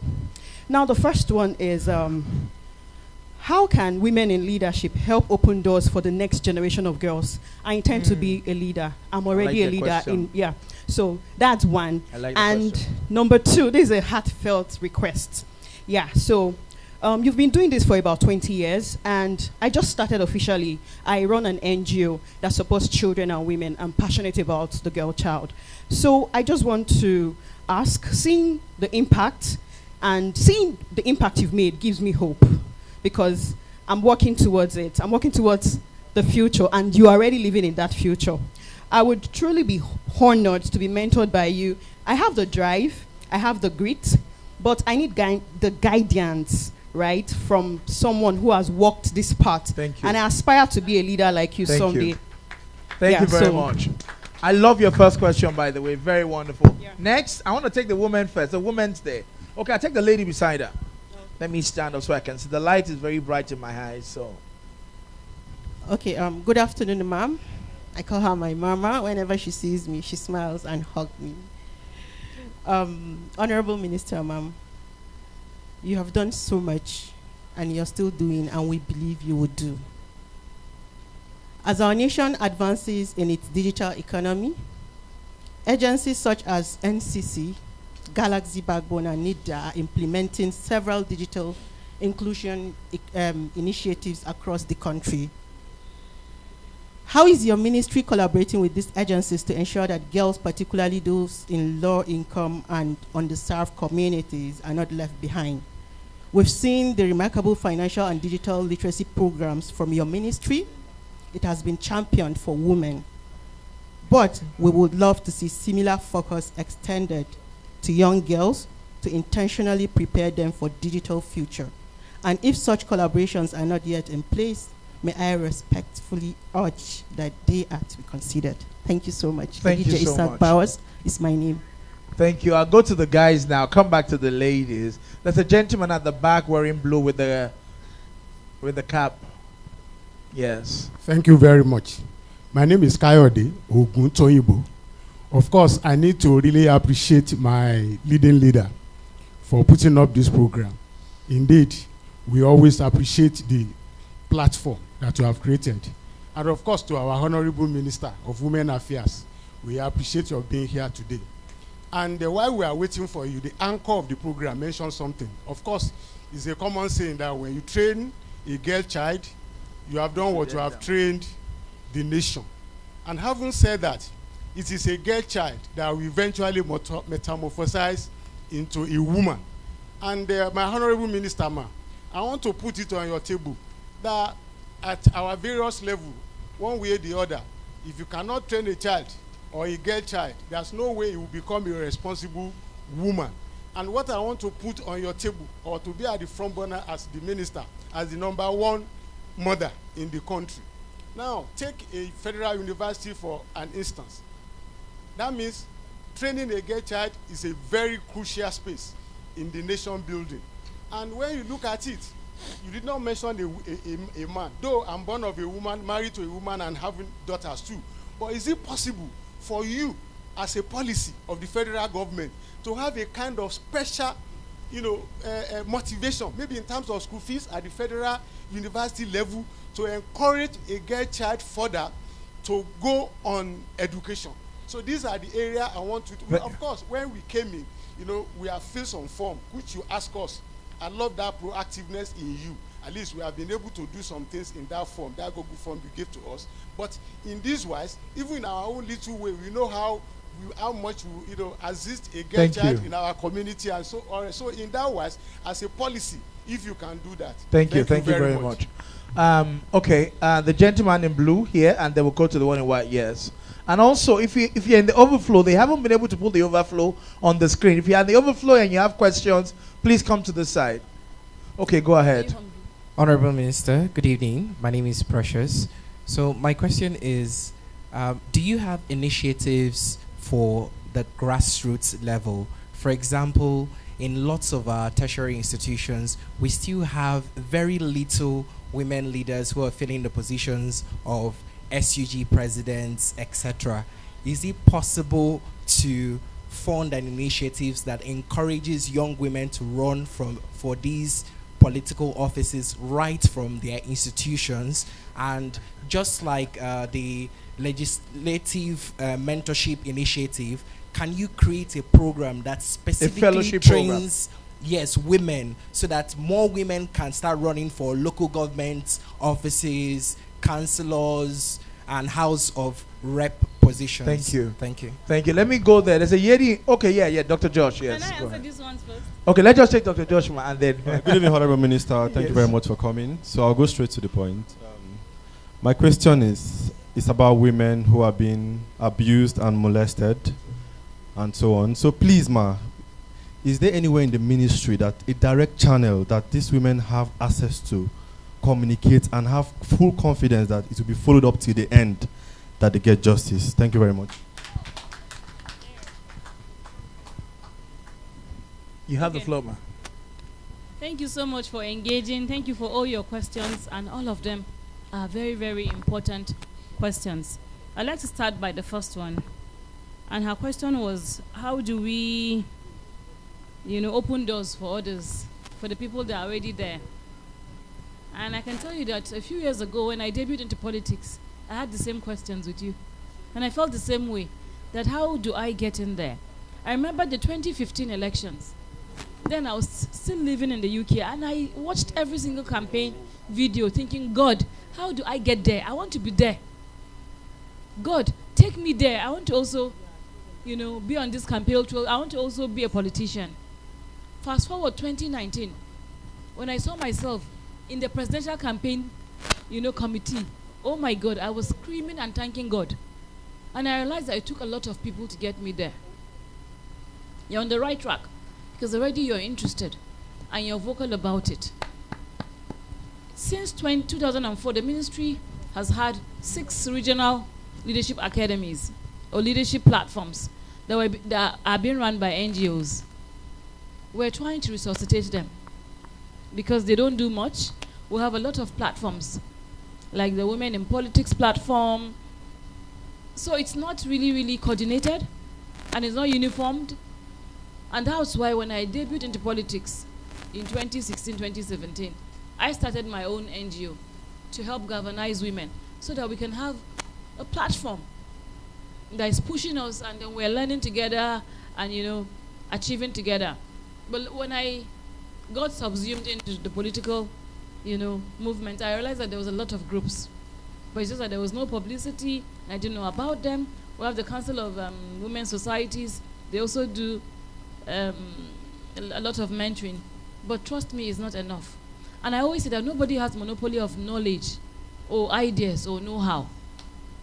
And my dad used to tell me that if there's any problem they're thinking is not being solved, you can be the first one to solve it.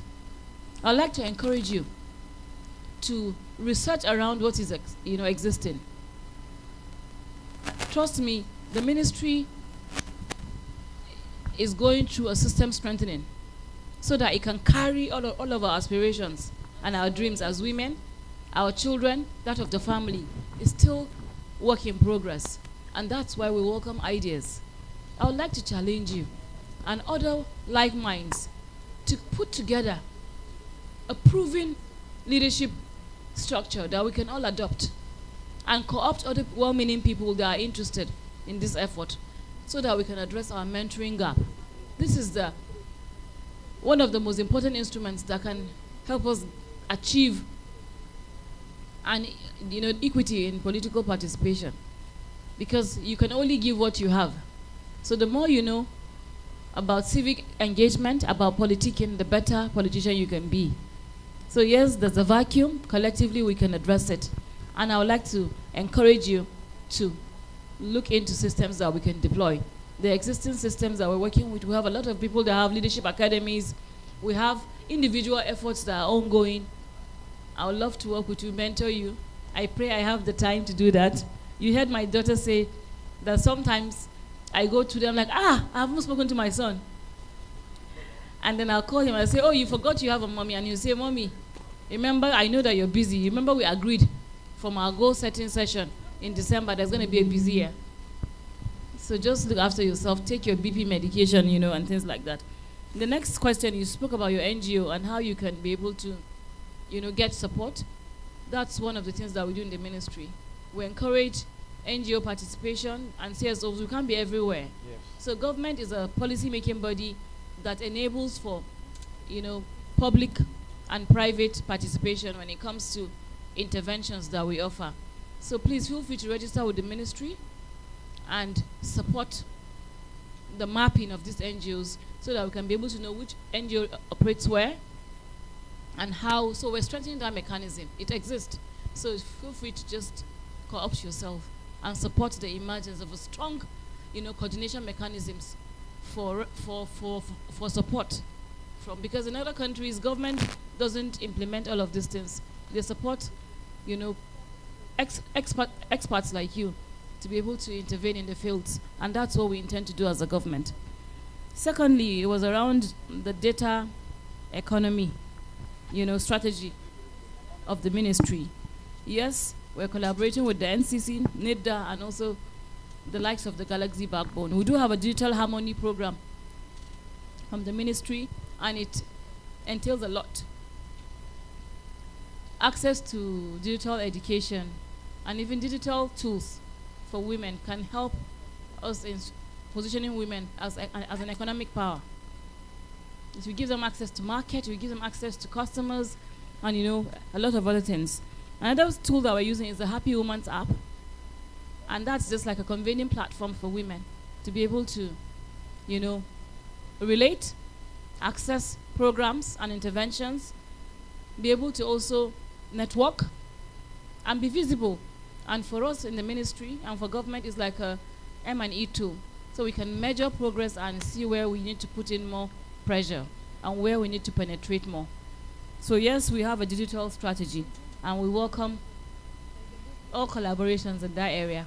So please find out more about it and see what you can do to support this particular effort of government. The third question was the statement, the known statement by all that when you train a child, a girl child, you train the nation. When you train a boy child, you train a boy child. And he spoke about how we can be able to enable scholarships and programs for women with you. But in the past years, we've paid so much attention to our girl child that we have left the boy child behind. So in the ministry, I've shown that it's not the Ministry of Women and Girls, though, it's Ministry of Women and Children. So yes, we'll continue to address the gaps for girls because they have different kind of challenges, but we'll not leave our boys behind. Yes. So they all face different kind of challenges. Thank you so much for the applause. They all face different kind of challenges. But the boy child also is seeking attention today in Nigeria. We have them in form of almajiris. They're the people that grow to become some neglects. We have them as the area boys, the market boys, the boys you see in the market, and things like that. Sometimes this neglect is what gave birth to the bandits we see. Once upon a time, the likes of Chuji and Shekau, they came from a family unit. Once upon a time, they were boy childs. So it's very important that we don't fail in our role of parenting So we all have policies and guidelines that are coming. I'm sure you heard a while ago that I have over 24 aides. I don't know if they're up to 24, but they're all volunteering their services, free of charge. Sometimes I'm just scared before they kind of throw in the toilet and say, oh, I'm going to go, because I only share what I have, but there's no salary. But I know that they all come with their expertise to support. Right now, we're reviewing over 40 to 50 pieces of guidelines, policies, legal frameworks, and also 2 acts that we intend to finalize by next month in November. Most of them, we have the draft copies, and they've undergone the preliminary, stakeholder engagements, and we're doing the rest so that Mr. President can launch it before the end of the year. So there's a lot of, repositioning happening within this ecosystem. It's a lot, and, I love the team of the independents. It's all hands on deck for a greater Nigeria. And that is our approach of running this ministry. We know that we don't know it all, and we know that we can't do it alone, so we welcome collaborations. And that's what will help us to achieve, because it's a huge mandate area with no agency. No, none. We just have a capacity building institution. I even thought it was an agency, but when I looked through the act, I realized that it was a capacity building institution, which we need. There's need for us to, put in the right systems. Is that the NW National Center for Women's Development? Yes. The Mariam Babangida Center for Women's Development. That's all we have. But we need a strong child response. Today we have 60% of our population being youths. In the next few years, by 2030, we're going to have more children in Nigeria than adults. It will be a disaster if we do not have a strong response. And that's why Mr. President is passionate about ensuring that we have a strong response for our children. And that's what we're working round the clock to see that we see an emergence. The President, during his Children's Day address, approved the universal cash grants. It means that we're going to have more oversight over our children. As soon as a child is born, he'll be able to have access to some kind of support that will support the family. And then that way, even parents know that it's children are no-go area. They're going to be, they'll be more protected because the government has taken ownership. So we'll see initiatives like that come up in a very short while. But we call on all collaborations and support in achieving that. You spoke about scholarships. There's a scholarship scheme that does exist in the Ministry of Education. And I think that it's a 50-50. They're very gender-friendly. They give women and men. But, Nigeria, I tell people, especially when I go for international engagements, I say, don't treat me like other countries. Because Nigeria is a big country. You cannot be comparing us with countries that are just 5 million population or 2 million population. We're over 200 million. So you see, despite what we do, we still need to do more collectively. Because all we do is piloting. So I think that cross-border we have to upscale up. And we have to also, learn to hold our subnationals accountable. Why? With a little bit of accountability, we can achieve a lot. Accountability at the subnational level, the state level, the local government level. Because that's where some of the resources go. So everybody must, all hands on deck. Yeah? So yes, we do have a scholarship program, but we can be able to do more. And just like I said, nobody has monopoly of ideas or knowledge. If you see any, gap as a citizen, please, the body language is, oh, please, can you guys do this? No. Can we do this? Everybody in this room is a Minister of Women Affairs and Social Development. I'm just holding the red barrel for all of us. It means that collectively, this is one of the youth ministries that we have with youth leadership. It means that with this red barrel, we can achieve everything that all the ideas that we have. You just have to put it together, and then we run with it. So if you're thinking of anything or any kind of,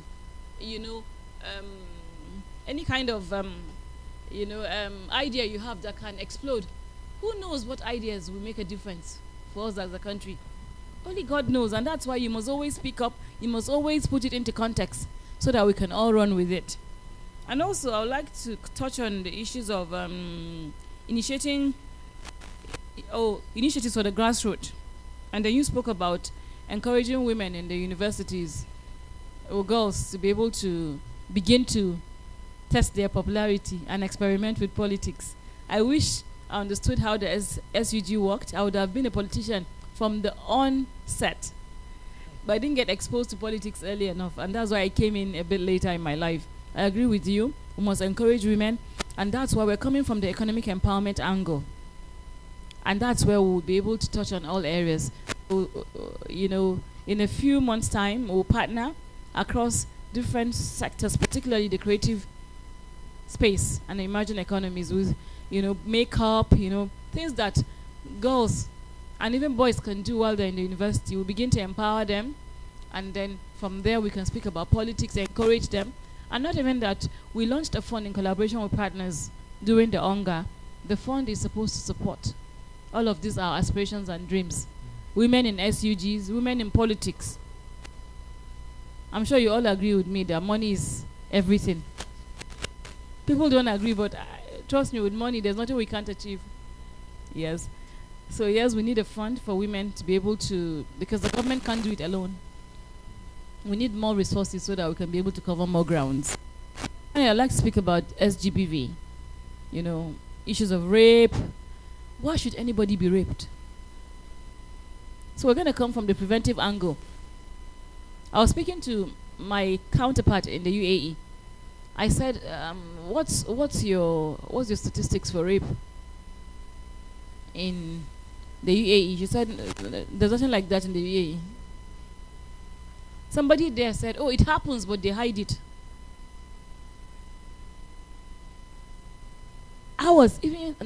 In as much as we like to hide it, we can't. It's alarming. We don't want to be a capital for rape. And we must take it with every sense of seriousness. We can prevent it, we can stop it. It's acceptable. And that's where we're coming from. Punitive angle. We're strengthening the legal instruments. It's not a response for just one entity of government. It's multi-sectoral. Our role is advocacy, leading coordination, and also policy formation. So this cuts across almost about 3 or 4 ministries. We have the Ministry of Police, because the police, we have NAPTIP, which is under Ministry of Justice. We have Ministry of Justice, the lawyers that go to court for the prosecution. So it's a multi-agency response that we have. But I can assure you that we're working to ensure a survivor-centered response for SGBV. Most importantly, we're coming from the preventive angle so that nobody ever experiences rape. Because trust me, rape is not gender sensitive. We also have men that are being raped. And we are the entity that respond for them. So I think I've answered all the questions. Thank you. And I hope I've answered them to your satisfaction. Thank you very much. So yes. we'll take the last set of questions Yeah. Because we have to do the launching of Progressive Young Ladies Network and 1 or 2 other activities. And we want to be out of here by 8, at worst a little bit of time past 8. Because we know that people have work tomorrow, and then we're back here again on Friday with the Senate President. Honorable Minister, we'll take a few more questions now. Where are the 3 people that came in from the back? Okay, we'll take them back to back. They came from the overflow. Yeah, go ahead. Good evening, and thank you for the opportunity. Honorable, it's good to see you. Honorable Minister Mar, it's good to see you, ma'am. First off, Honorable mentioned that there are late nights in politics and women shy away from those things. And I just wanted to put a word to that. We are no longer shying away from late nights. And if you ask most of the men here right now... So should we extend this meeting to 9? No, it's not a problem, really. If you ask most of the men sitting here with us right now, they'll tell you they don't mind their wives getting involved in making impact in their world. And so women, we need to remove the glass ceilings in our minds, thinking, oh, my husband wouldn't let me. I mean, I don't live in Abuja. I came in from Lagos today. My husband is taking care of our kids, gladly doing that. And so we have celebrate your husband. Yes, yes, I do celebrate him. We have husbands who want their wives to go out there and make impact. But many women are thinking, my husband won't let me. You need to shatter the glass ceiling in your own mind. So, and I was so touched when the Honorable Minister mentioned that it was a part of the work that they were already doing, saying, you know what, we need to educate men Because it's not just women who need to be out there, the men also need to support us. And so men, we're calling on you to really give that right hand of fellowship from the home front. My question for you, ma'am, I have a question, and it is that you've piloted several projects since you resumed office, and we want to really just thank you for being so open and vulnerable with us this evening. The question is, what architecture are you putting in place to ensure that bureaucracy doesn't stop your efforts at the federal level, that it gets down and trickles down to the last woman in the village, what you're putting together? Because I know that that's what impact means for you. Thank you. Next person. Then we'll come to those of you, yes. They came from the overflow. Yeah. Very brief, straight to the point. Good evening, everyone. Good evening, ma'am. My name is Joanne. My question is this. What do you think the biggest barrier is to achieving full gender equality in Nigeria? And how do you think we can counter these issues as a nation? Thank you. Thank you very much. Next person. Good evening, ma'am.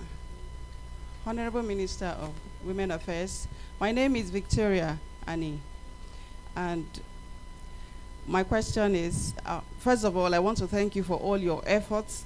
I really appreciate you because you kind of encourage us to do more. Yeah. I own a business, poultry farm, where I empower those women with skills, teach them how to do business. I empower them with skills to be on their own. And right now, coming here, I now know I need to do more. So, ma'am, my question is, how, sorry, I wrote it down so I won't forget. My question is there a plan to provide psychosocial support for girls who have experienced violence or trauma? I want to know if there's any support for that. Thank you. So we'll do this very quick. There's a gentleman that's been raising his hand up. Yeah. 30 seconds. I'll take that. 30 seconds. All right. The first question is... Just one. All right. Okay. She mentioned the creative economy. Yes. And I'm in the creative economy, and I've been doing stuff. Somehow I've done 3 projects this year that with regards to 10 seconds. With regards to social change and women empowerment. So how can we do more of that? And like you mentioned, fund is needed. One of those we did this year, we raised very substantial amount of fund with the creative production we did, and I think we can do more of that. So how do independent creatives like me come in? Thank what you. You're doing? Thank you, ma'am. Okay, there are ladies here. Come to this front. There are 2 ladies sitting next to each other. And then I'll take that gentleman, and then we can wrap up. Hello, good evening, everyone. My name is Ambassador Sharifa Ibrahim Zerma. I'm sorry, I'm not going to take 30 seconds or 1 minute. I think I'll take 2 or 3. No, we don't have that. 30 seconds, 30. Straight to the question. This is actually very personal to me, to the point that I saw a flyer of a summit in another country in this month, 24th to 25th. I'm sure Madam Her Excellency knows where. And I'm making plans to go there just to meet her and express this. So when I saw this, I would not miss this for the world, because this is very personal to me. Okay, so pay for consultancy, and then we can arrange a one-to-one. Okay. That money you want to use to pay for ticket to go to that country. Oh yeah, quick. So, ma'am, we really appreciate your efforts and all that you do. And I've listened to your words, even though I joined a bit late. I came earlier, but I had to step out for some personal reasons. I heard you when you said money is everything. But, I don't want you to underestimate yourself. Power is everything. Because people can have money, but only policymakers can make a change in the country. So this brings me back to what I want to say. It's not a religious issue. It is a moral issue. When we look at the issue of single mothers, divorcees in Nigeria, when we're talking about religion, when we want to look at it at aspects of religion, when we look at Saudi Arabia, they adopted a law, the personal status law, in 2022, which covers the custody, the maintenance, the clear legal rights of a woman, and they give her a child for 15 years and financial support. This is an Islamic country. So we cannot say in Islam you cannot do that. And in UK, if you want to look at UK, you see more of the populace are Christians, and Christianity reigns there. And there is a Family Law Act and Matrimonial Causes Act, which was adopted in 1973, where women have access to fair divorce settlement, shared property rights, child support, protection from domestic violence. And when we look at Nigeria, we are a mixture of Christians and Muslims. So it's not an issue of religion here. It's an issue of moral. So I am aware, I made my research that there are laws implemented in Nigeria, which is the Violence Against Persons Prohibition Act, which was adopted in the year 2015, which protects women from abuse and harmful practices. And there's also the Child Rights Act, which safeguards children. And also the Matrimonial Causes Act, which outlines divorces procedures. This brings me back to my main point. If all these laws are in place, the issue is about implementation and execution, because we are in a country where men to treat matrimony like they deride women, and at the end of the day, they will tell a woman, if you want to leave, leave, because he knows at the end of the day, there is no law that protects a woman and her child. She has to start from the beginning. And I have seen this injustice. If it's not my sister, it's my friend, or even me, if I'm honest. So it takes a lot of courage. Ma, you are the policymaker, I'm just an advocate. I can only speak up when there is injustice, but you have the power. And there are other states in Nigeria where they have not implemented these laws. And in other states in Nigeria, a woman even battling with this issue cannot profit from all these promises. So this is why I am here. We shall be a country where if a man divorces a woman and he derides her at the end of the day, because I'm sorry to say we are human, people do not fear God, they fear the law. And some people don't like the idea where their finance or anything that has to do with their wealth be carted away. Men have to be held responsible. If he divorces a woman, mistreats her, he should know at the end of the day 50% of his wealth is going away. So ma, please use your office. Please, for the sake of these people that are going through a lot. Thank you. Thank you, that is all. Let's give her a big round of applause. I think that was a very fantastic question. It was personal, and if that was all that we got out. Can I give Sharifa a hug? Yes, please. You know the funny, I wanted to come down and give her a hug.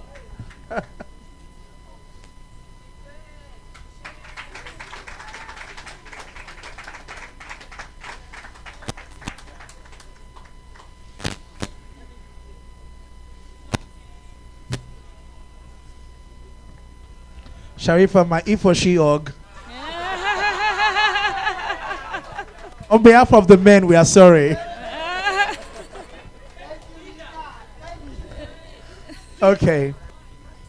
Okay, so we'll just wrap. Okay, yes, we'll take a few more and wrap up.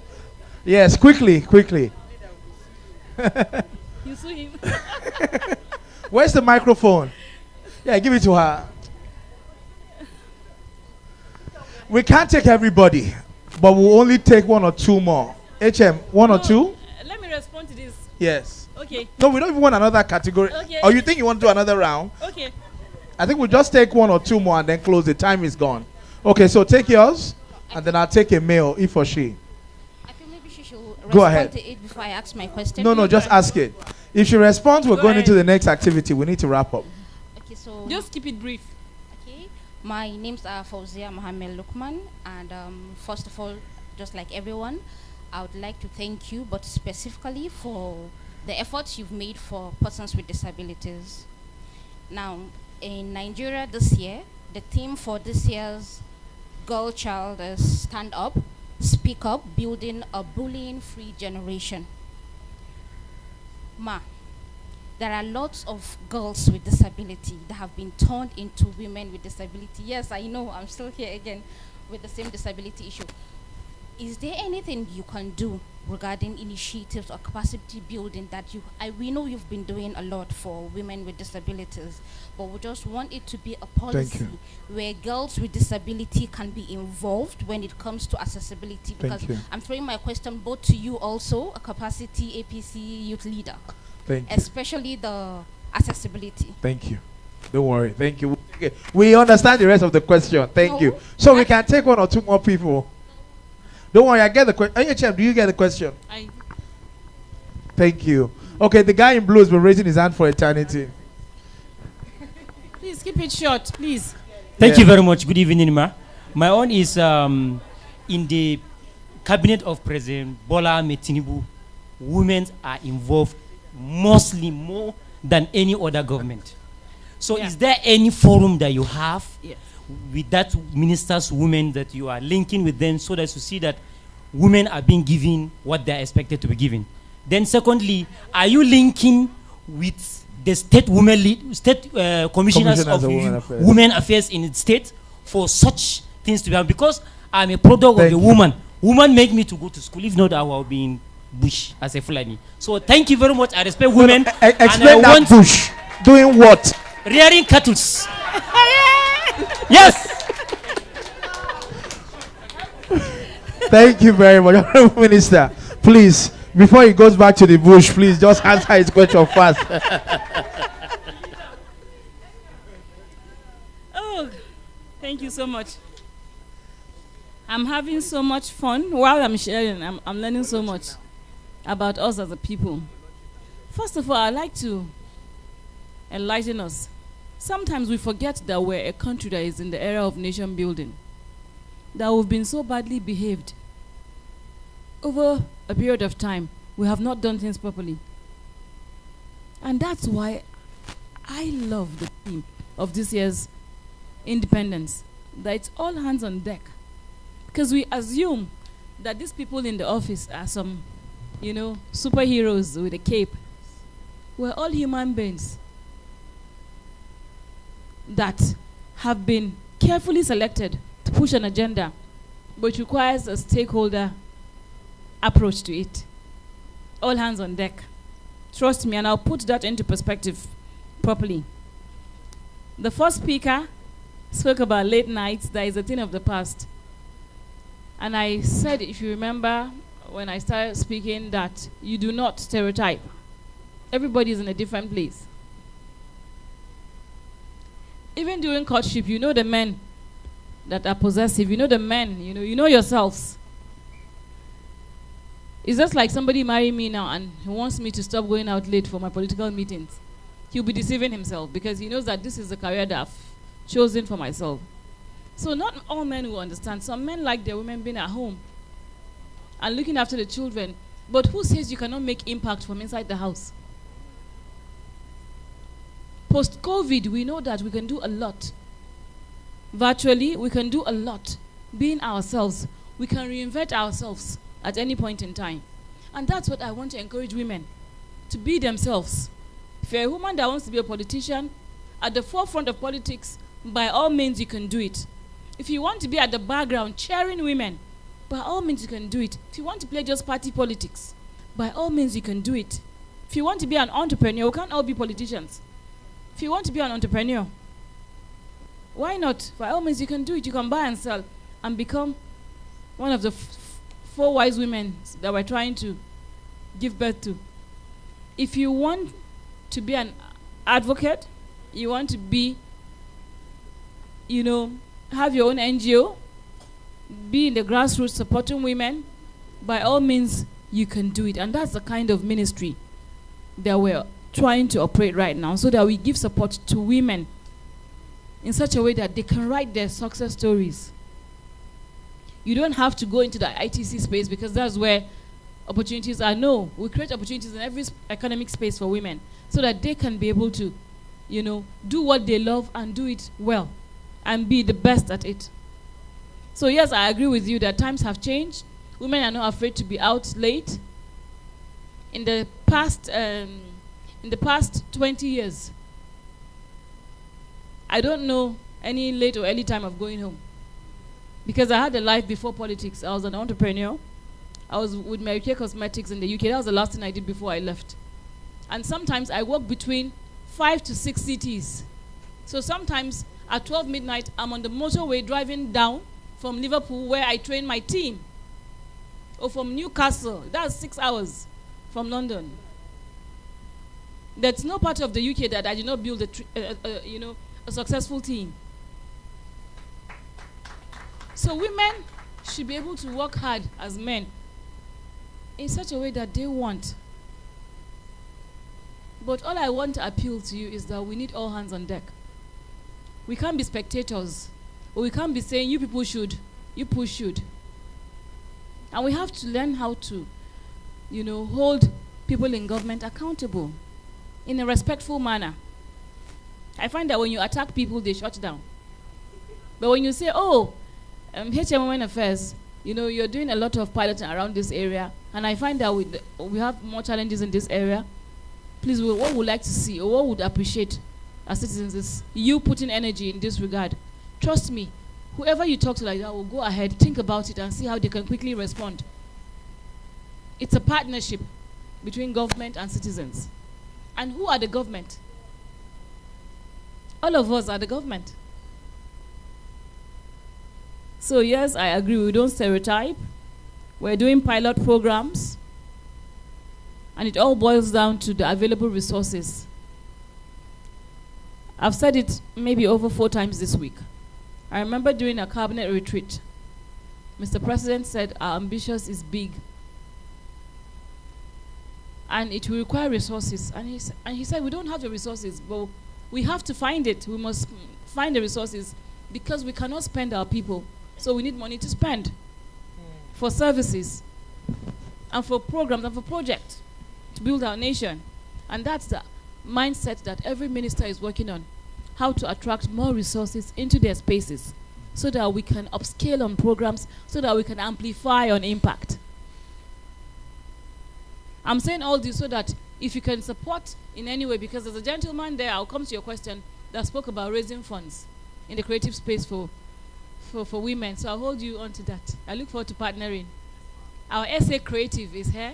I'm sure she can't wait for this to end so that she can come to you. Because you guys have a lot to do together. All of us. And you spoke about if there's any program we have for sustainability. Yes, we have the Renewed Hope Social Impact Intervention, 774. The name says it all. It's targeted at the grassroots where the human beings are domiciled, and so that communities can take ownership of their programs, so that they can outlive all of us here. Also, from the Ministry of Budget and National Planning, we also have the ward-driven initiatives, so that we can target beneficiaries, or we can target development and growth from the grassroots level. So all these programs have been put in place for sustainability, and they are also co-driven, not just by the public sector, not just by government, but also the private sector, so that it's sustainable and is also viable for all. The second was about barriers to gender equality and gender equity. It's 30 years of the Beijing Declaration, the platform for action.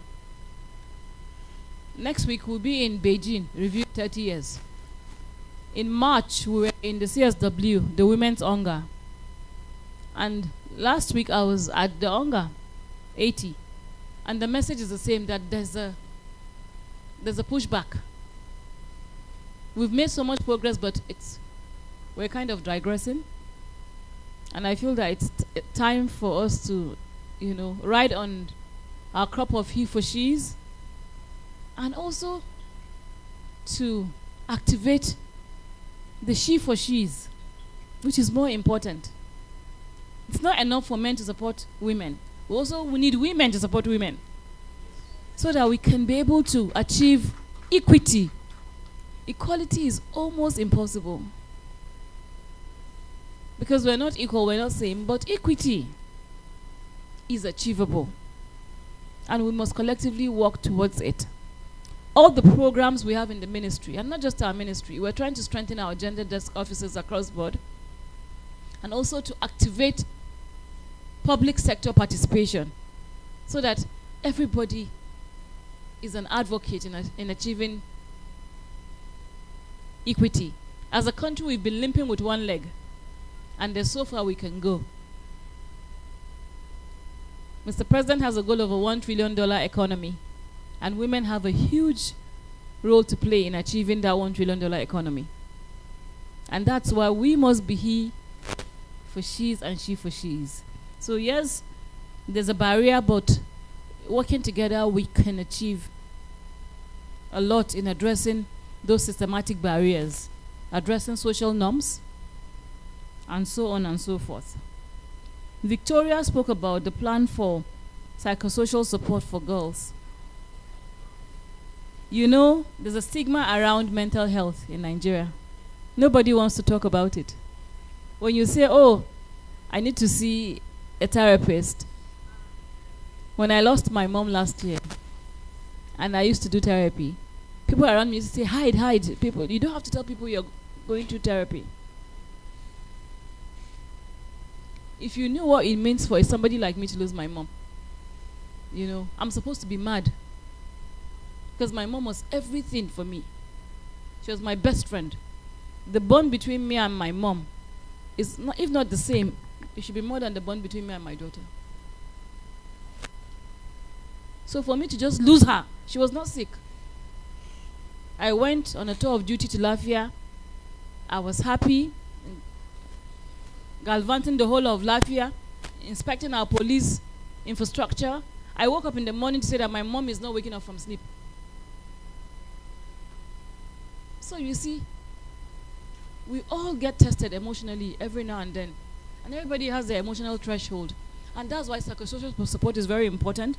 From the ministry, we're building a crop of social workers. There's a debt. We don't have enough of them. Today, during our retreat, most directors said that they need additional support when it comes to social workforce. And that's what Mr. President intends to do, to strengthen the social workforce from internally and also from the public space. We'll see a crop of those workforce that will support us in our rehabilitation response, from psychosocial support to helping with coping mechanisms to even supporting reintegration, rehabilitation, and resettlement. Because we're a country that is in crisis. We have a rise in refugees and IDPs, and you know, everybody's going through their kind of emotional strain. There's a quick response that we're trying to, a shock measure that we're trying to do in, you know, with the pilot in Abuja. I don't want to speak about it too yet, but yes, it's all work in progress. And like I said earlier on, we welcome collaborations. We can't do it alone. All hands on deck. You know, if you know that you're a psychosocial expert, please do approach us and let's see how we can be able to address these issues from every angle.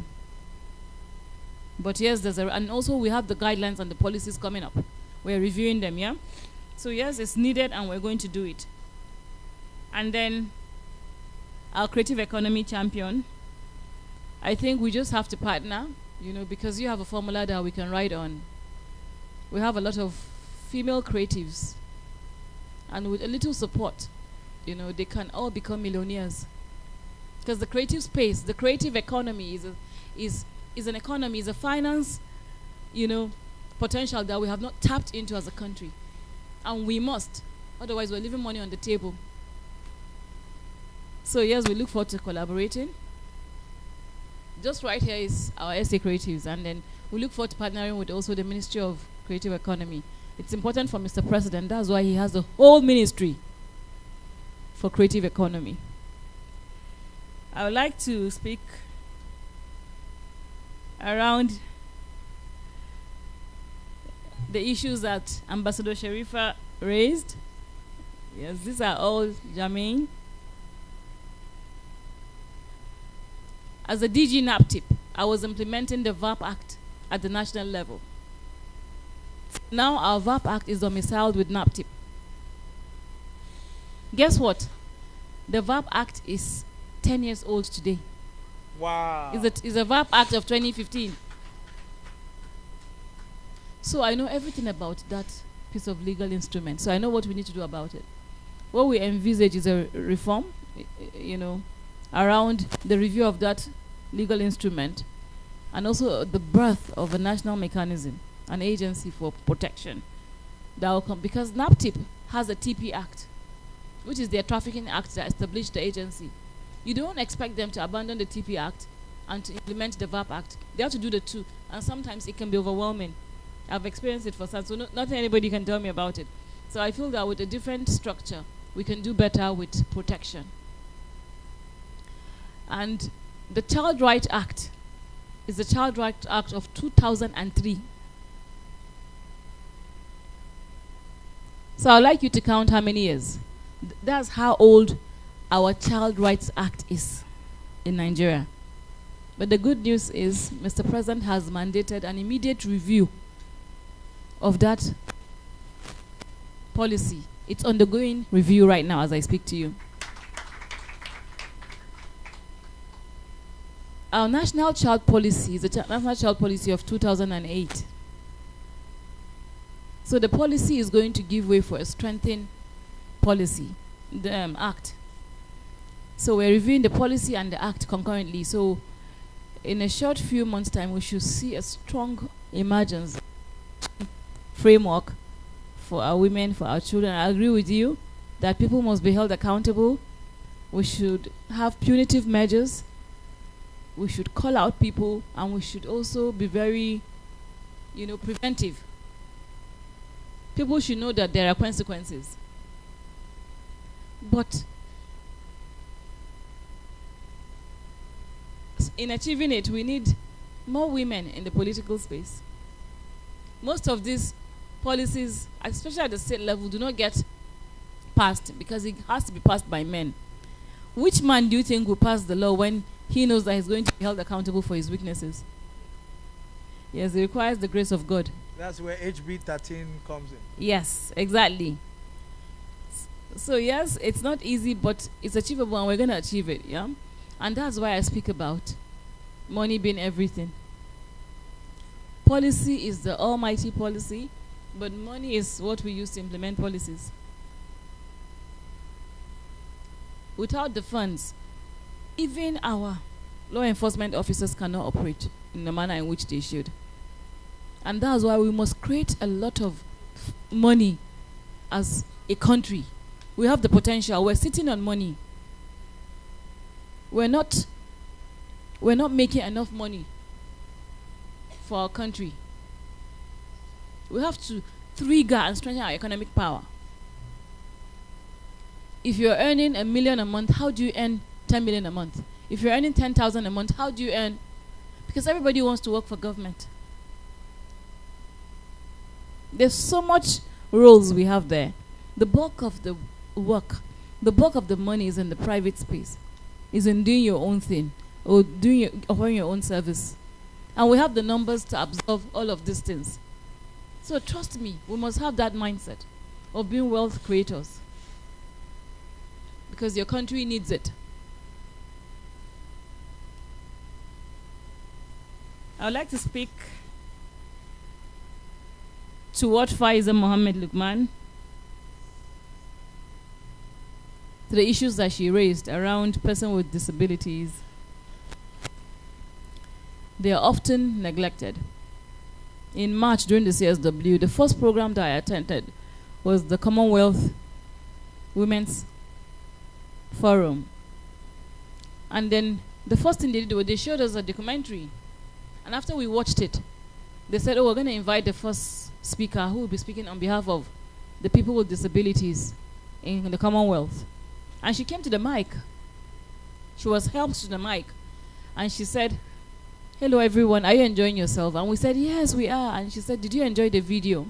We said, yes, we did. She said, I didn't. She said, because I can't see. Wow.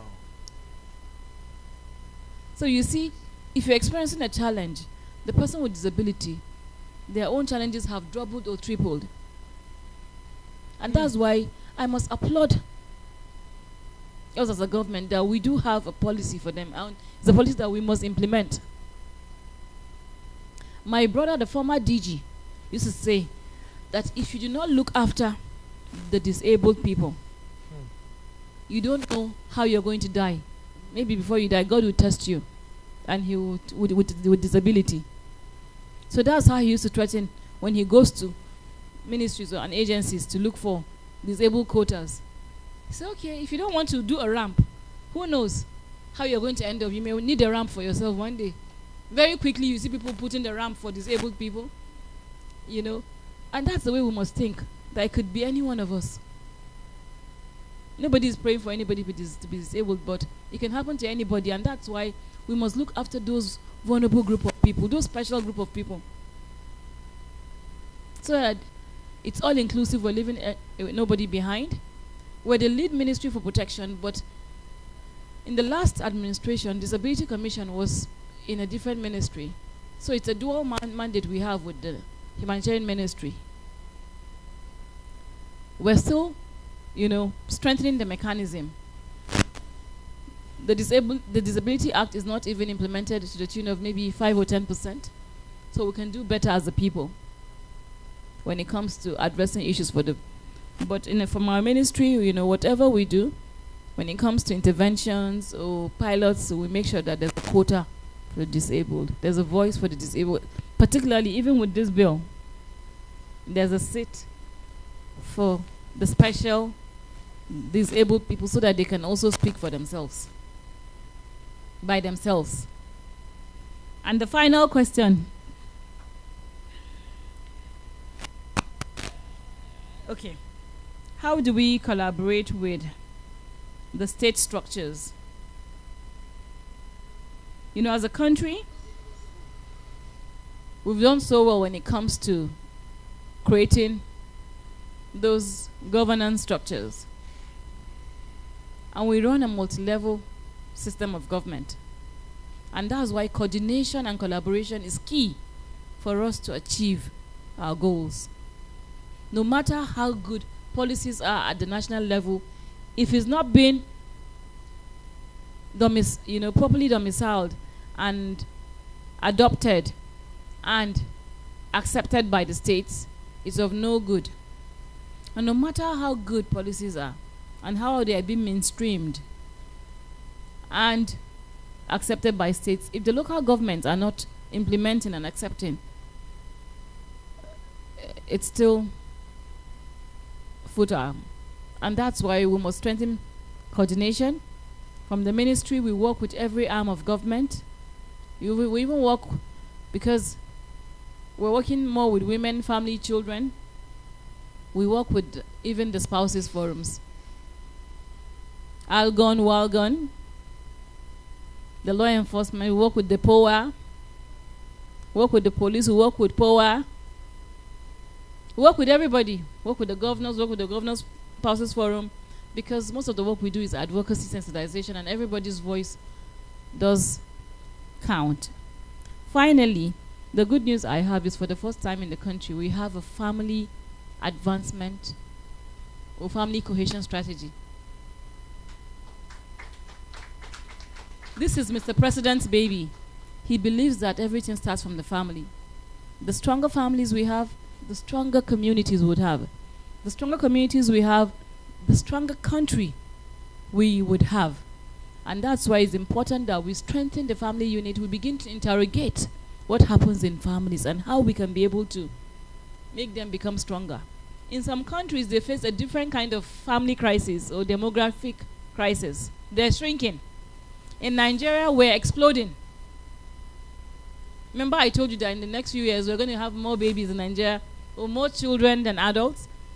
So we must have a family cohesion strategy that would ensure that we're not only procreating, we're not only exploding as a people, but we're also exploding strongly, with stronger values, safeguarding our culture, with healthy, happy, and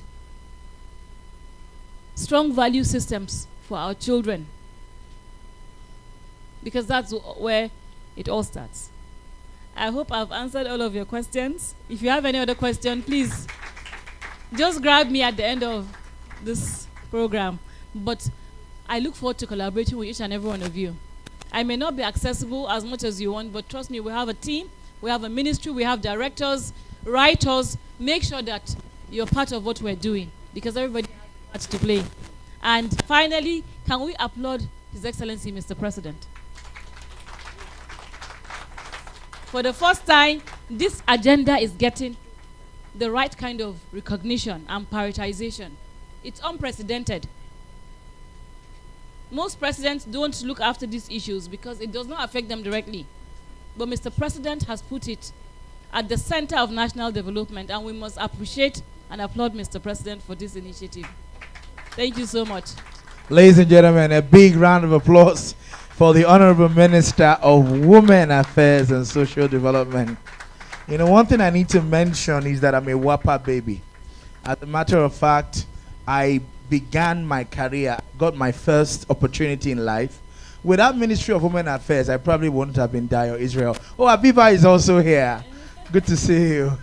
So let me tell you how that came about. When I was 14 years old, I was elected into the Nigerian Children's Parliament as the first Deputy Senate President of the Nigerian Children's Parliament. And the Children's Parliament was started by the Ministry of Women Affairs and the Ministry of Information. And so I was Deputy Senate President. Abiba's was, she was first Deputy Speaker of Nasarawa State Children's Parliament. Elder brother Ibrahim Adamu Abdullahi was the Speaker. And then after my tenure, or actually when I was also, my second tenure as Deputy Senate President, Ibrahim then became Speaker.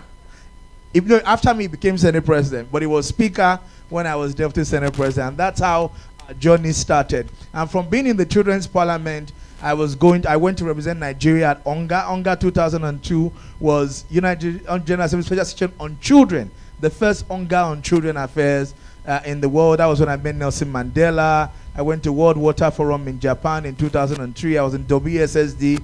It was UNICEF and Ministry of Women Affairs that was sponsoring us and raising us. And it was that exposure that took me to where I am today. So I'm a women affairs baby. So and it's amazing how we all grew up out of that exposure and where we are. Ibrahim is a commissioner in Nasarawa State today. I'm the youth leader of the ruling party. Abiba is here. Tomiwa has also just come back from the US. She was working for McKinsey. Yes, we have many commissioners who have all come out of the project of the Ministry of Women Affairs. Honorable Minister, we just want to encourage you. That Children's Parliament project was what gave back to people like us. So we need to strengthen it, and I'm here to support in any way to strengthen Children's Parliament and children's participation, which is part of the project of your ministry, by the grace of God. And moving forward, before we have 2 or 3 things to do before we leave, please take your seat. Moving forward, we want to unveil a new initiative that we're introducing to give young women in our party, the APC, a stronger voice. And we want to ensure that we can raise more yesterday or last symbol. We can raise more. Honorable Minister Imaan, you know, as somebody spoke here earlier and talked about raising more young women into leadership. Youth is gender neutral.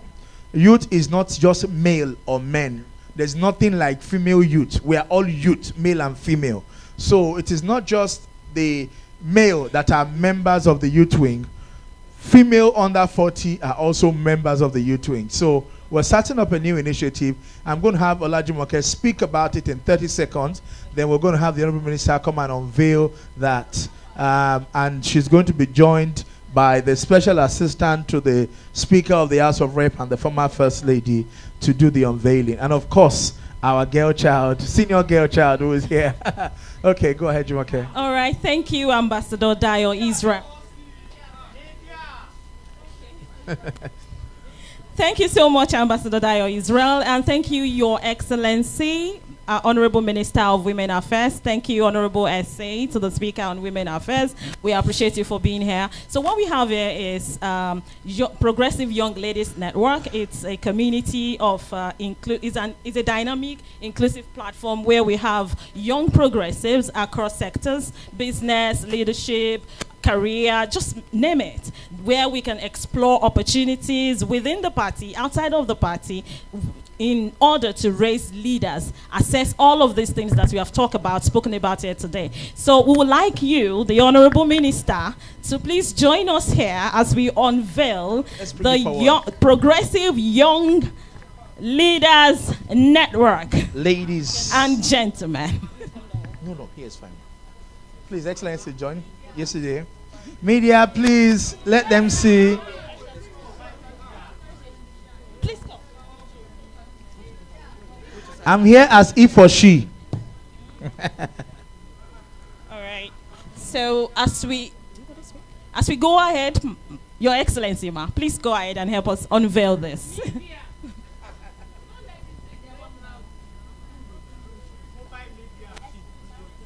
On behalf of all our girls and women, as we approach the International Day of the Girl Child, we're launching this for the benefit of humanity. When you build a girl child, you're building a whole community. Today in Nigeria, we have more female-headed households than men-headed households. Most men you speak to, they will tell you that, oh, I was raised by my mother. Only few people like myself were raised by their mother and father. That's the kind of society that we find ourselves these days. And it's just only distinct to Nigeria. It's a global phenomenon. So today, for the benefit of humanity, we unveil this platform that will help to galvanize our young crop of politicians. The old ones are getting tired. After pushing the gender equity agenda for 30 years and you're seeing a pushback, you're saying, oh, so we need the young ones to come in to excite the space. Don't get me wrong, the old ones will not go anywhere. You can't retire from being a politician. But with the young ones, we get more excited and then we can be able to pass it on. We can be able to mentor. The young girl spoke about mentoring. I'm counting on all of you to put together a mentoring platform that I can also support. Yes. So on behalf of all of us here, we unveil this. We're making history, a platform that would serve humanity, that will help to strengthen our democracy, that will help us in addressing the divide or the systematic, challenges we face around women in the political space. Bismillahirrahmanirrahim.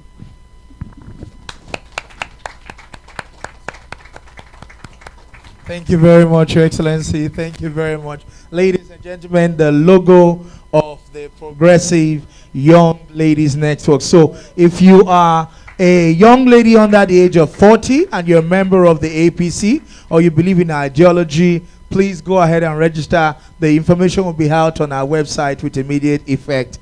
There's going to be we're creating an ecosystem of powerful, strong young women. And yesterday is going to be one of our ambassadors because she's one of us. Thank you. Okay, so media. Oh no, we're doing that one. I know that the leader said, oh, anybody below the age of 40. Well, he mentioned 40, so he can't take it away from us. We're still youths. There's still a controversy in the constitution, isn't it? So until it's established, please, nobody should tell me that I'm not a youth. I'm not accepted. Thank you, Honorable Minister. Honorable Minister, this is one of the 3 activities. Thank you very much. You can see that we're going to do the reserve seat in a few, so we can take this away. The next thing I need, we want to present something to you. I need Temi. So usually every program we do here, we assign a staff to coordinate with others. So Temi is the coordinator for tonight's event.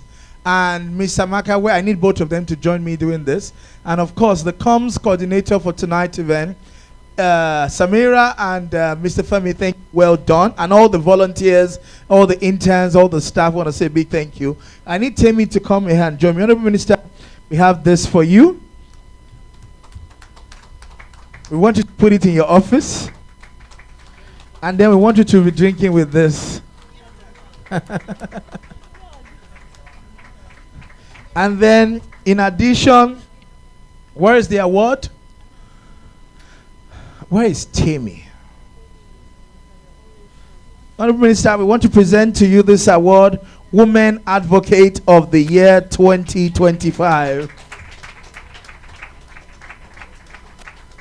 Your Excellency, please join us in this photo. Yes.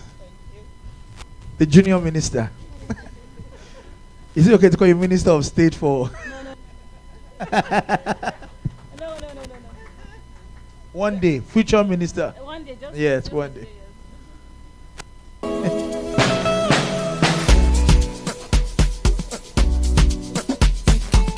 Initiating rage process.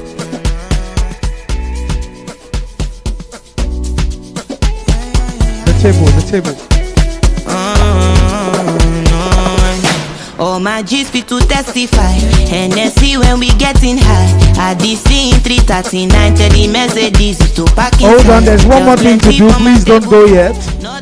There's one more interesting thing we want to do. Behind as a lioness, I they move with Give me a minute. You know, you all have been hearing about the special reserve seat bill. I'm sure you're wondering, what is this? This single effort will help us to give a shock therapy to the system instantly. And for 4 election circles, we can have an influx of 1 additional member from each state, member of Federal House of Reps. From each state, that's 37, yeah, plus FCT. And then we'll have some additional senators. The proposal was for 1 senator from each state. But now, I think it's about 2 from each geopolitical zone. So there's an amendment that is ongoing. And then we'll have, initially it was 3 state assembly members, 1 from each senatorial. These seats are reserved for women. So we're not going to touch the existing seats. The existing seats are open to natural and normal contest. So anybody can vie for those ones. But the reserved seats are just for women. So the bill is still undergoing fine-tuning, but that is what it means. We need your voices. We need you to advocate. Maybe you all know people that are in the National Assembly or state assemblies, or you know people of influence. We must amplify our voices. We must speak with one voice in supporting this particular bill. It will go a long way in our development as a country. We're counting on all of you. Thank you. Thank you. The media, okay, hold on, please. I want Yesterday to say something. Thank you very much. Good evening, everyone. It is very important that we all lend our voices for the bill. It is for us. The older generation, they are doing it for us because they might not benefit from it, but I mean, it's for the future generation. It's for our own generation, and it is important we call our representatives, send them text messages, write letters to them. The voting is in a month, and we need them to vote in favor of this bill. Yeah. Speak to their wives, speak to everybody, speak to families, their mother, everybody. Just speak to them, that we need them to vote for this bill. It's about in a month's time, and we need everyone to, vote for the bill. And also, I just want you to know that this bill is also for 6 women with disabilities from the House of Reps, and in the Senate we have 2, 1 for the South and 1 for the North.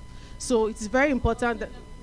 Yes, also in the state level as well, we have 1 per senatorial district for the people with living with disabilities. So it's very important. This is a very good initiative, and it will give women like us, the chance in the future to be able to contest election and be part of nation building. Thank you so much. Thank you very much. Before we wrap up, I have a surprise. So can we have the 2 surprises? Ladies and gentlemen, can we please, you can sit down, those of you here, please sit down. Mr. Please stand up. Please sit down, everybody else. Today is Aisha's birthday, and we want to celebrate her. And so we made 2 beautiful cakes, 1 from the youth house and 1 from the Imam. And ladies and gentlemen, we're going to rise as we sing a happy birthday to Aisha. And then we're going to cut the cake. Yes. Oh, yeah. Yeah, two. One more is coming on that side. So I want you to join me as we celebrate our newest progressive young female. Happy birthday to you. Happy birthday to... I need knife, we must eat this cake tonight. Happy birthday, dear Aisha. Happy birthday to you. May the good Lord bless you. May the good Lord bless you. May the good Lord bless you, Aisha. May the good Lord bless you. For she's a jolly good fellow. For she's a jolly good Aisha. For she's a jolly good Aisha. And so say all of, and so say all of us, and so say all of us. For she's a jolly good fellow, for she's a jolly good fellow, for she's a jolly good fellow. And so say all of us. Hip, hip, hip. Hip, hip, hip. Hip, hip. So we're closer. And after she cut the cake. Okay? So we're going to call Allah. ALLAH. Who has kept you till now and will keep keeping you till your old age. Give me a hell. Give me another L. Give me an A. Give me an H. Allah. Happy birthday to you. Happy birthday. Happy birthday. Happy birthday to you. Happy birthday. You're going to say something? Happy birthday to you. Happy birthday. Happy birthday. Really appreciate each and here. I appreciate you taking your time out to come and help celebrate me, and I hope you have enjoyed the event today, because I did. Thank you. Thank you, everyone, for this. Thank you for personalizing this. I had so much fun. This is the icing on the cake. I really appreciate it. I didn't know how I would have made it to Aisha, missing her birthday today. It shows that, you know, when you show up for others, others do show up for you.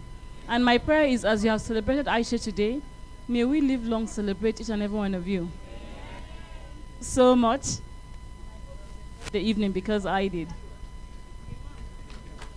Thank you so much. And hold on, guys. Hold on, guys. Make sure that you're not in a rush, because we almost taste out of this cake. Yeah, so that as you taste the cake, you bless the Honorable Minister and you also bless Aisha. Honorable Minister, I want to say a big thank you. And Aisha, let me shock you. This is the last person we had here was who? No, aside from the Minister of Trade that came on Monday. The last major one we had, wasn't it the Speaker? And it was also his birthday. So this is 2 birthdays back to back that we've cut cake in this place. So it means that maybe someday you'll be a speaker. And then hopefully maybe the next person coming here too is going to have a birthday.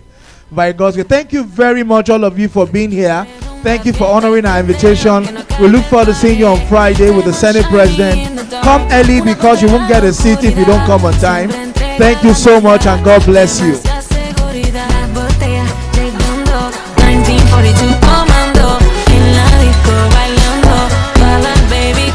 Ladies and gentlemen, the Honorable Minister is going to be passing the aisle. So let's not clear the aisle. She wants to be able to get a chance to shake your hands, take a selfie with you, and greet you as she passes the aisle. Oh yeah, this way, let's make way. Honorable Minister. Oh yeah, I'll go and cut this cake. I want to start of this cake. Don't worry, she's coming. When I say I wanna She's walking this way. Yes.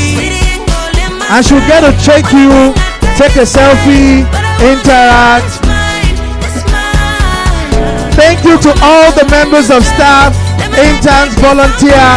If I mention your name, I'll thank everybody from Nai to Tuku, to Timmy, to Toby, John, Frego, Andrew, Ade, Amak, and I've called him Miracle, Mr. Femi, the second Femi, Vincent, Amira, Manuel, Timmy. More music on trendybeats.com. Kolere.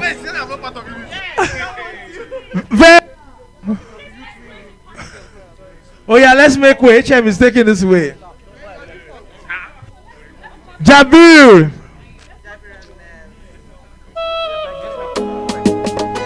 La Bibi. Mr. Adam, Sonara, Mary, Esther, Temi, Yusuf, Patience, my darling, my dear.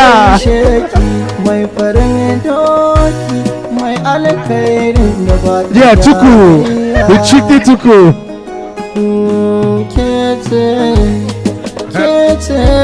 Imaan kece tauraruwa, Imaan tauraruwa. Have fun, Mary. Shady, rage, process.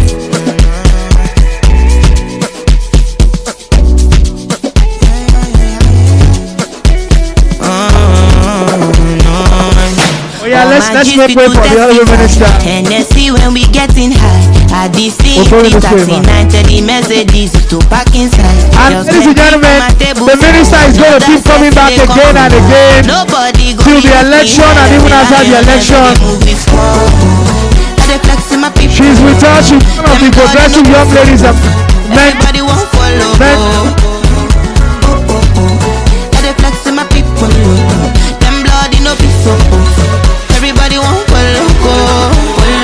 woman commando. Media, I hope you are following us. Where is Michael? Woman commando. I said a woman commando. So 90 be ladies time. I know one know your zodiac sign. Pisces, Leo, Gemini. All of us find the way that we are. My grace now from Jehovah.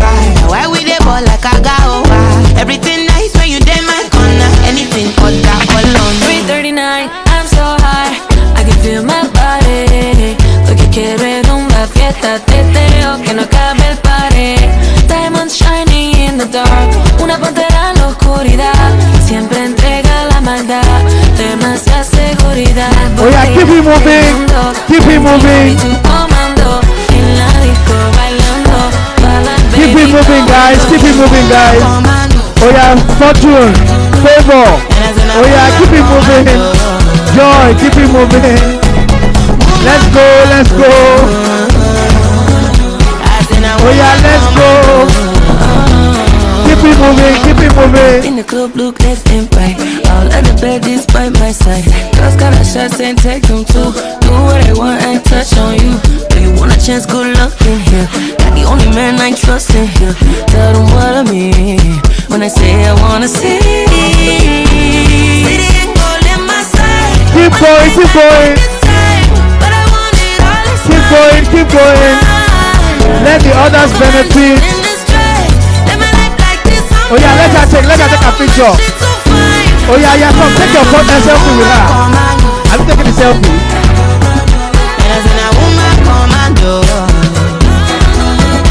Keep it going.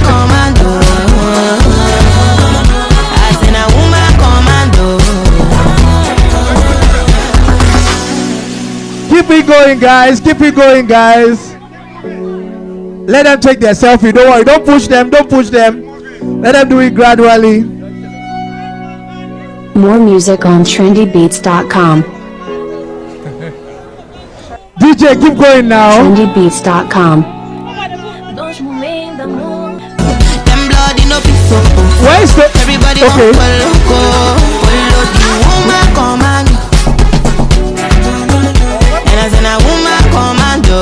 Please let them bring the books to the front. To the front.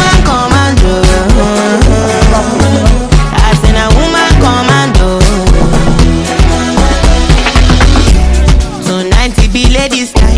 Hold on, guys. So decide. By Sicily or Gemini, all of us find the way that we are. My grace now from Jehovah. Why we dey ball like a go? Everything nice when you dey my corner. Anything other all on 3:39, I'm so high, I can feel my body. Lo que quiero es una fiesta, teteo que no cabe el party. Diamonds shining in the dark, una pantera en la oscuridad. Siempre entrega la maldad, demasiada seguridad. Botella de mundo, 1942 comando. En la disco bailando, bala baby tomando. Woman commando,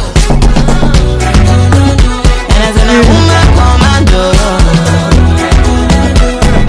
woman commando,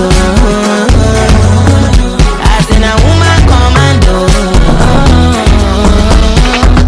In the club, look left and right. Keep going, keep going. This by my side. Keep going, keep going. And take them too. Do what I want and touch on you. Do you want a chance? Good luck in here.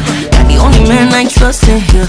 Tell them what I mean when I say I wanna see.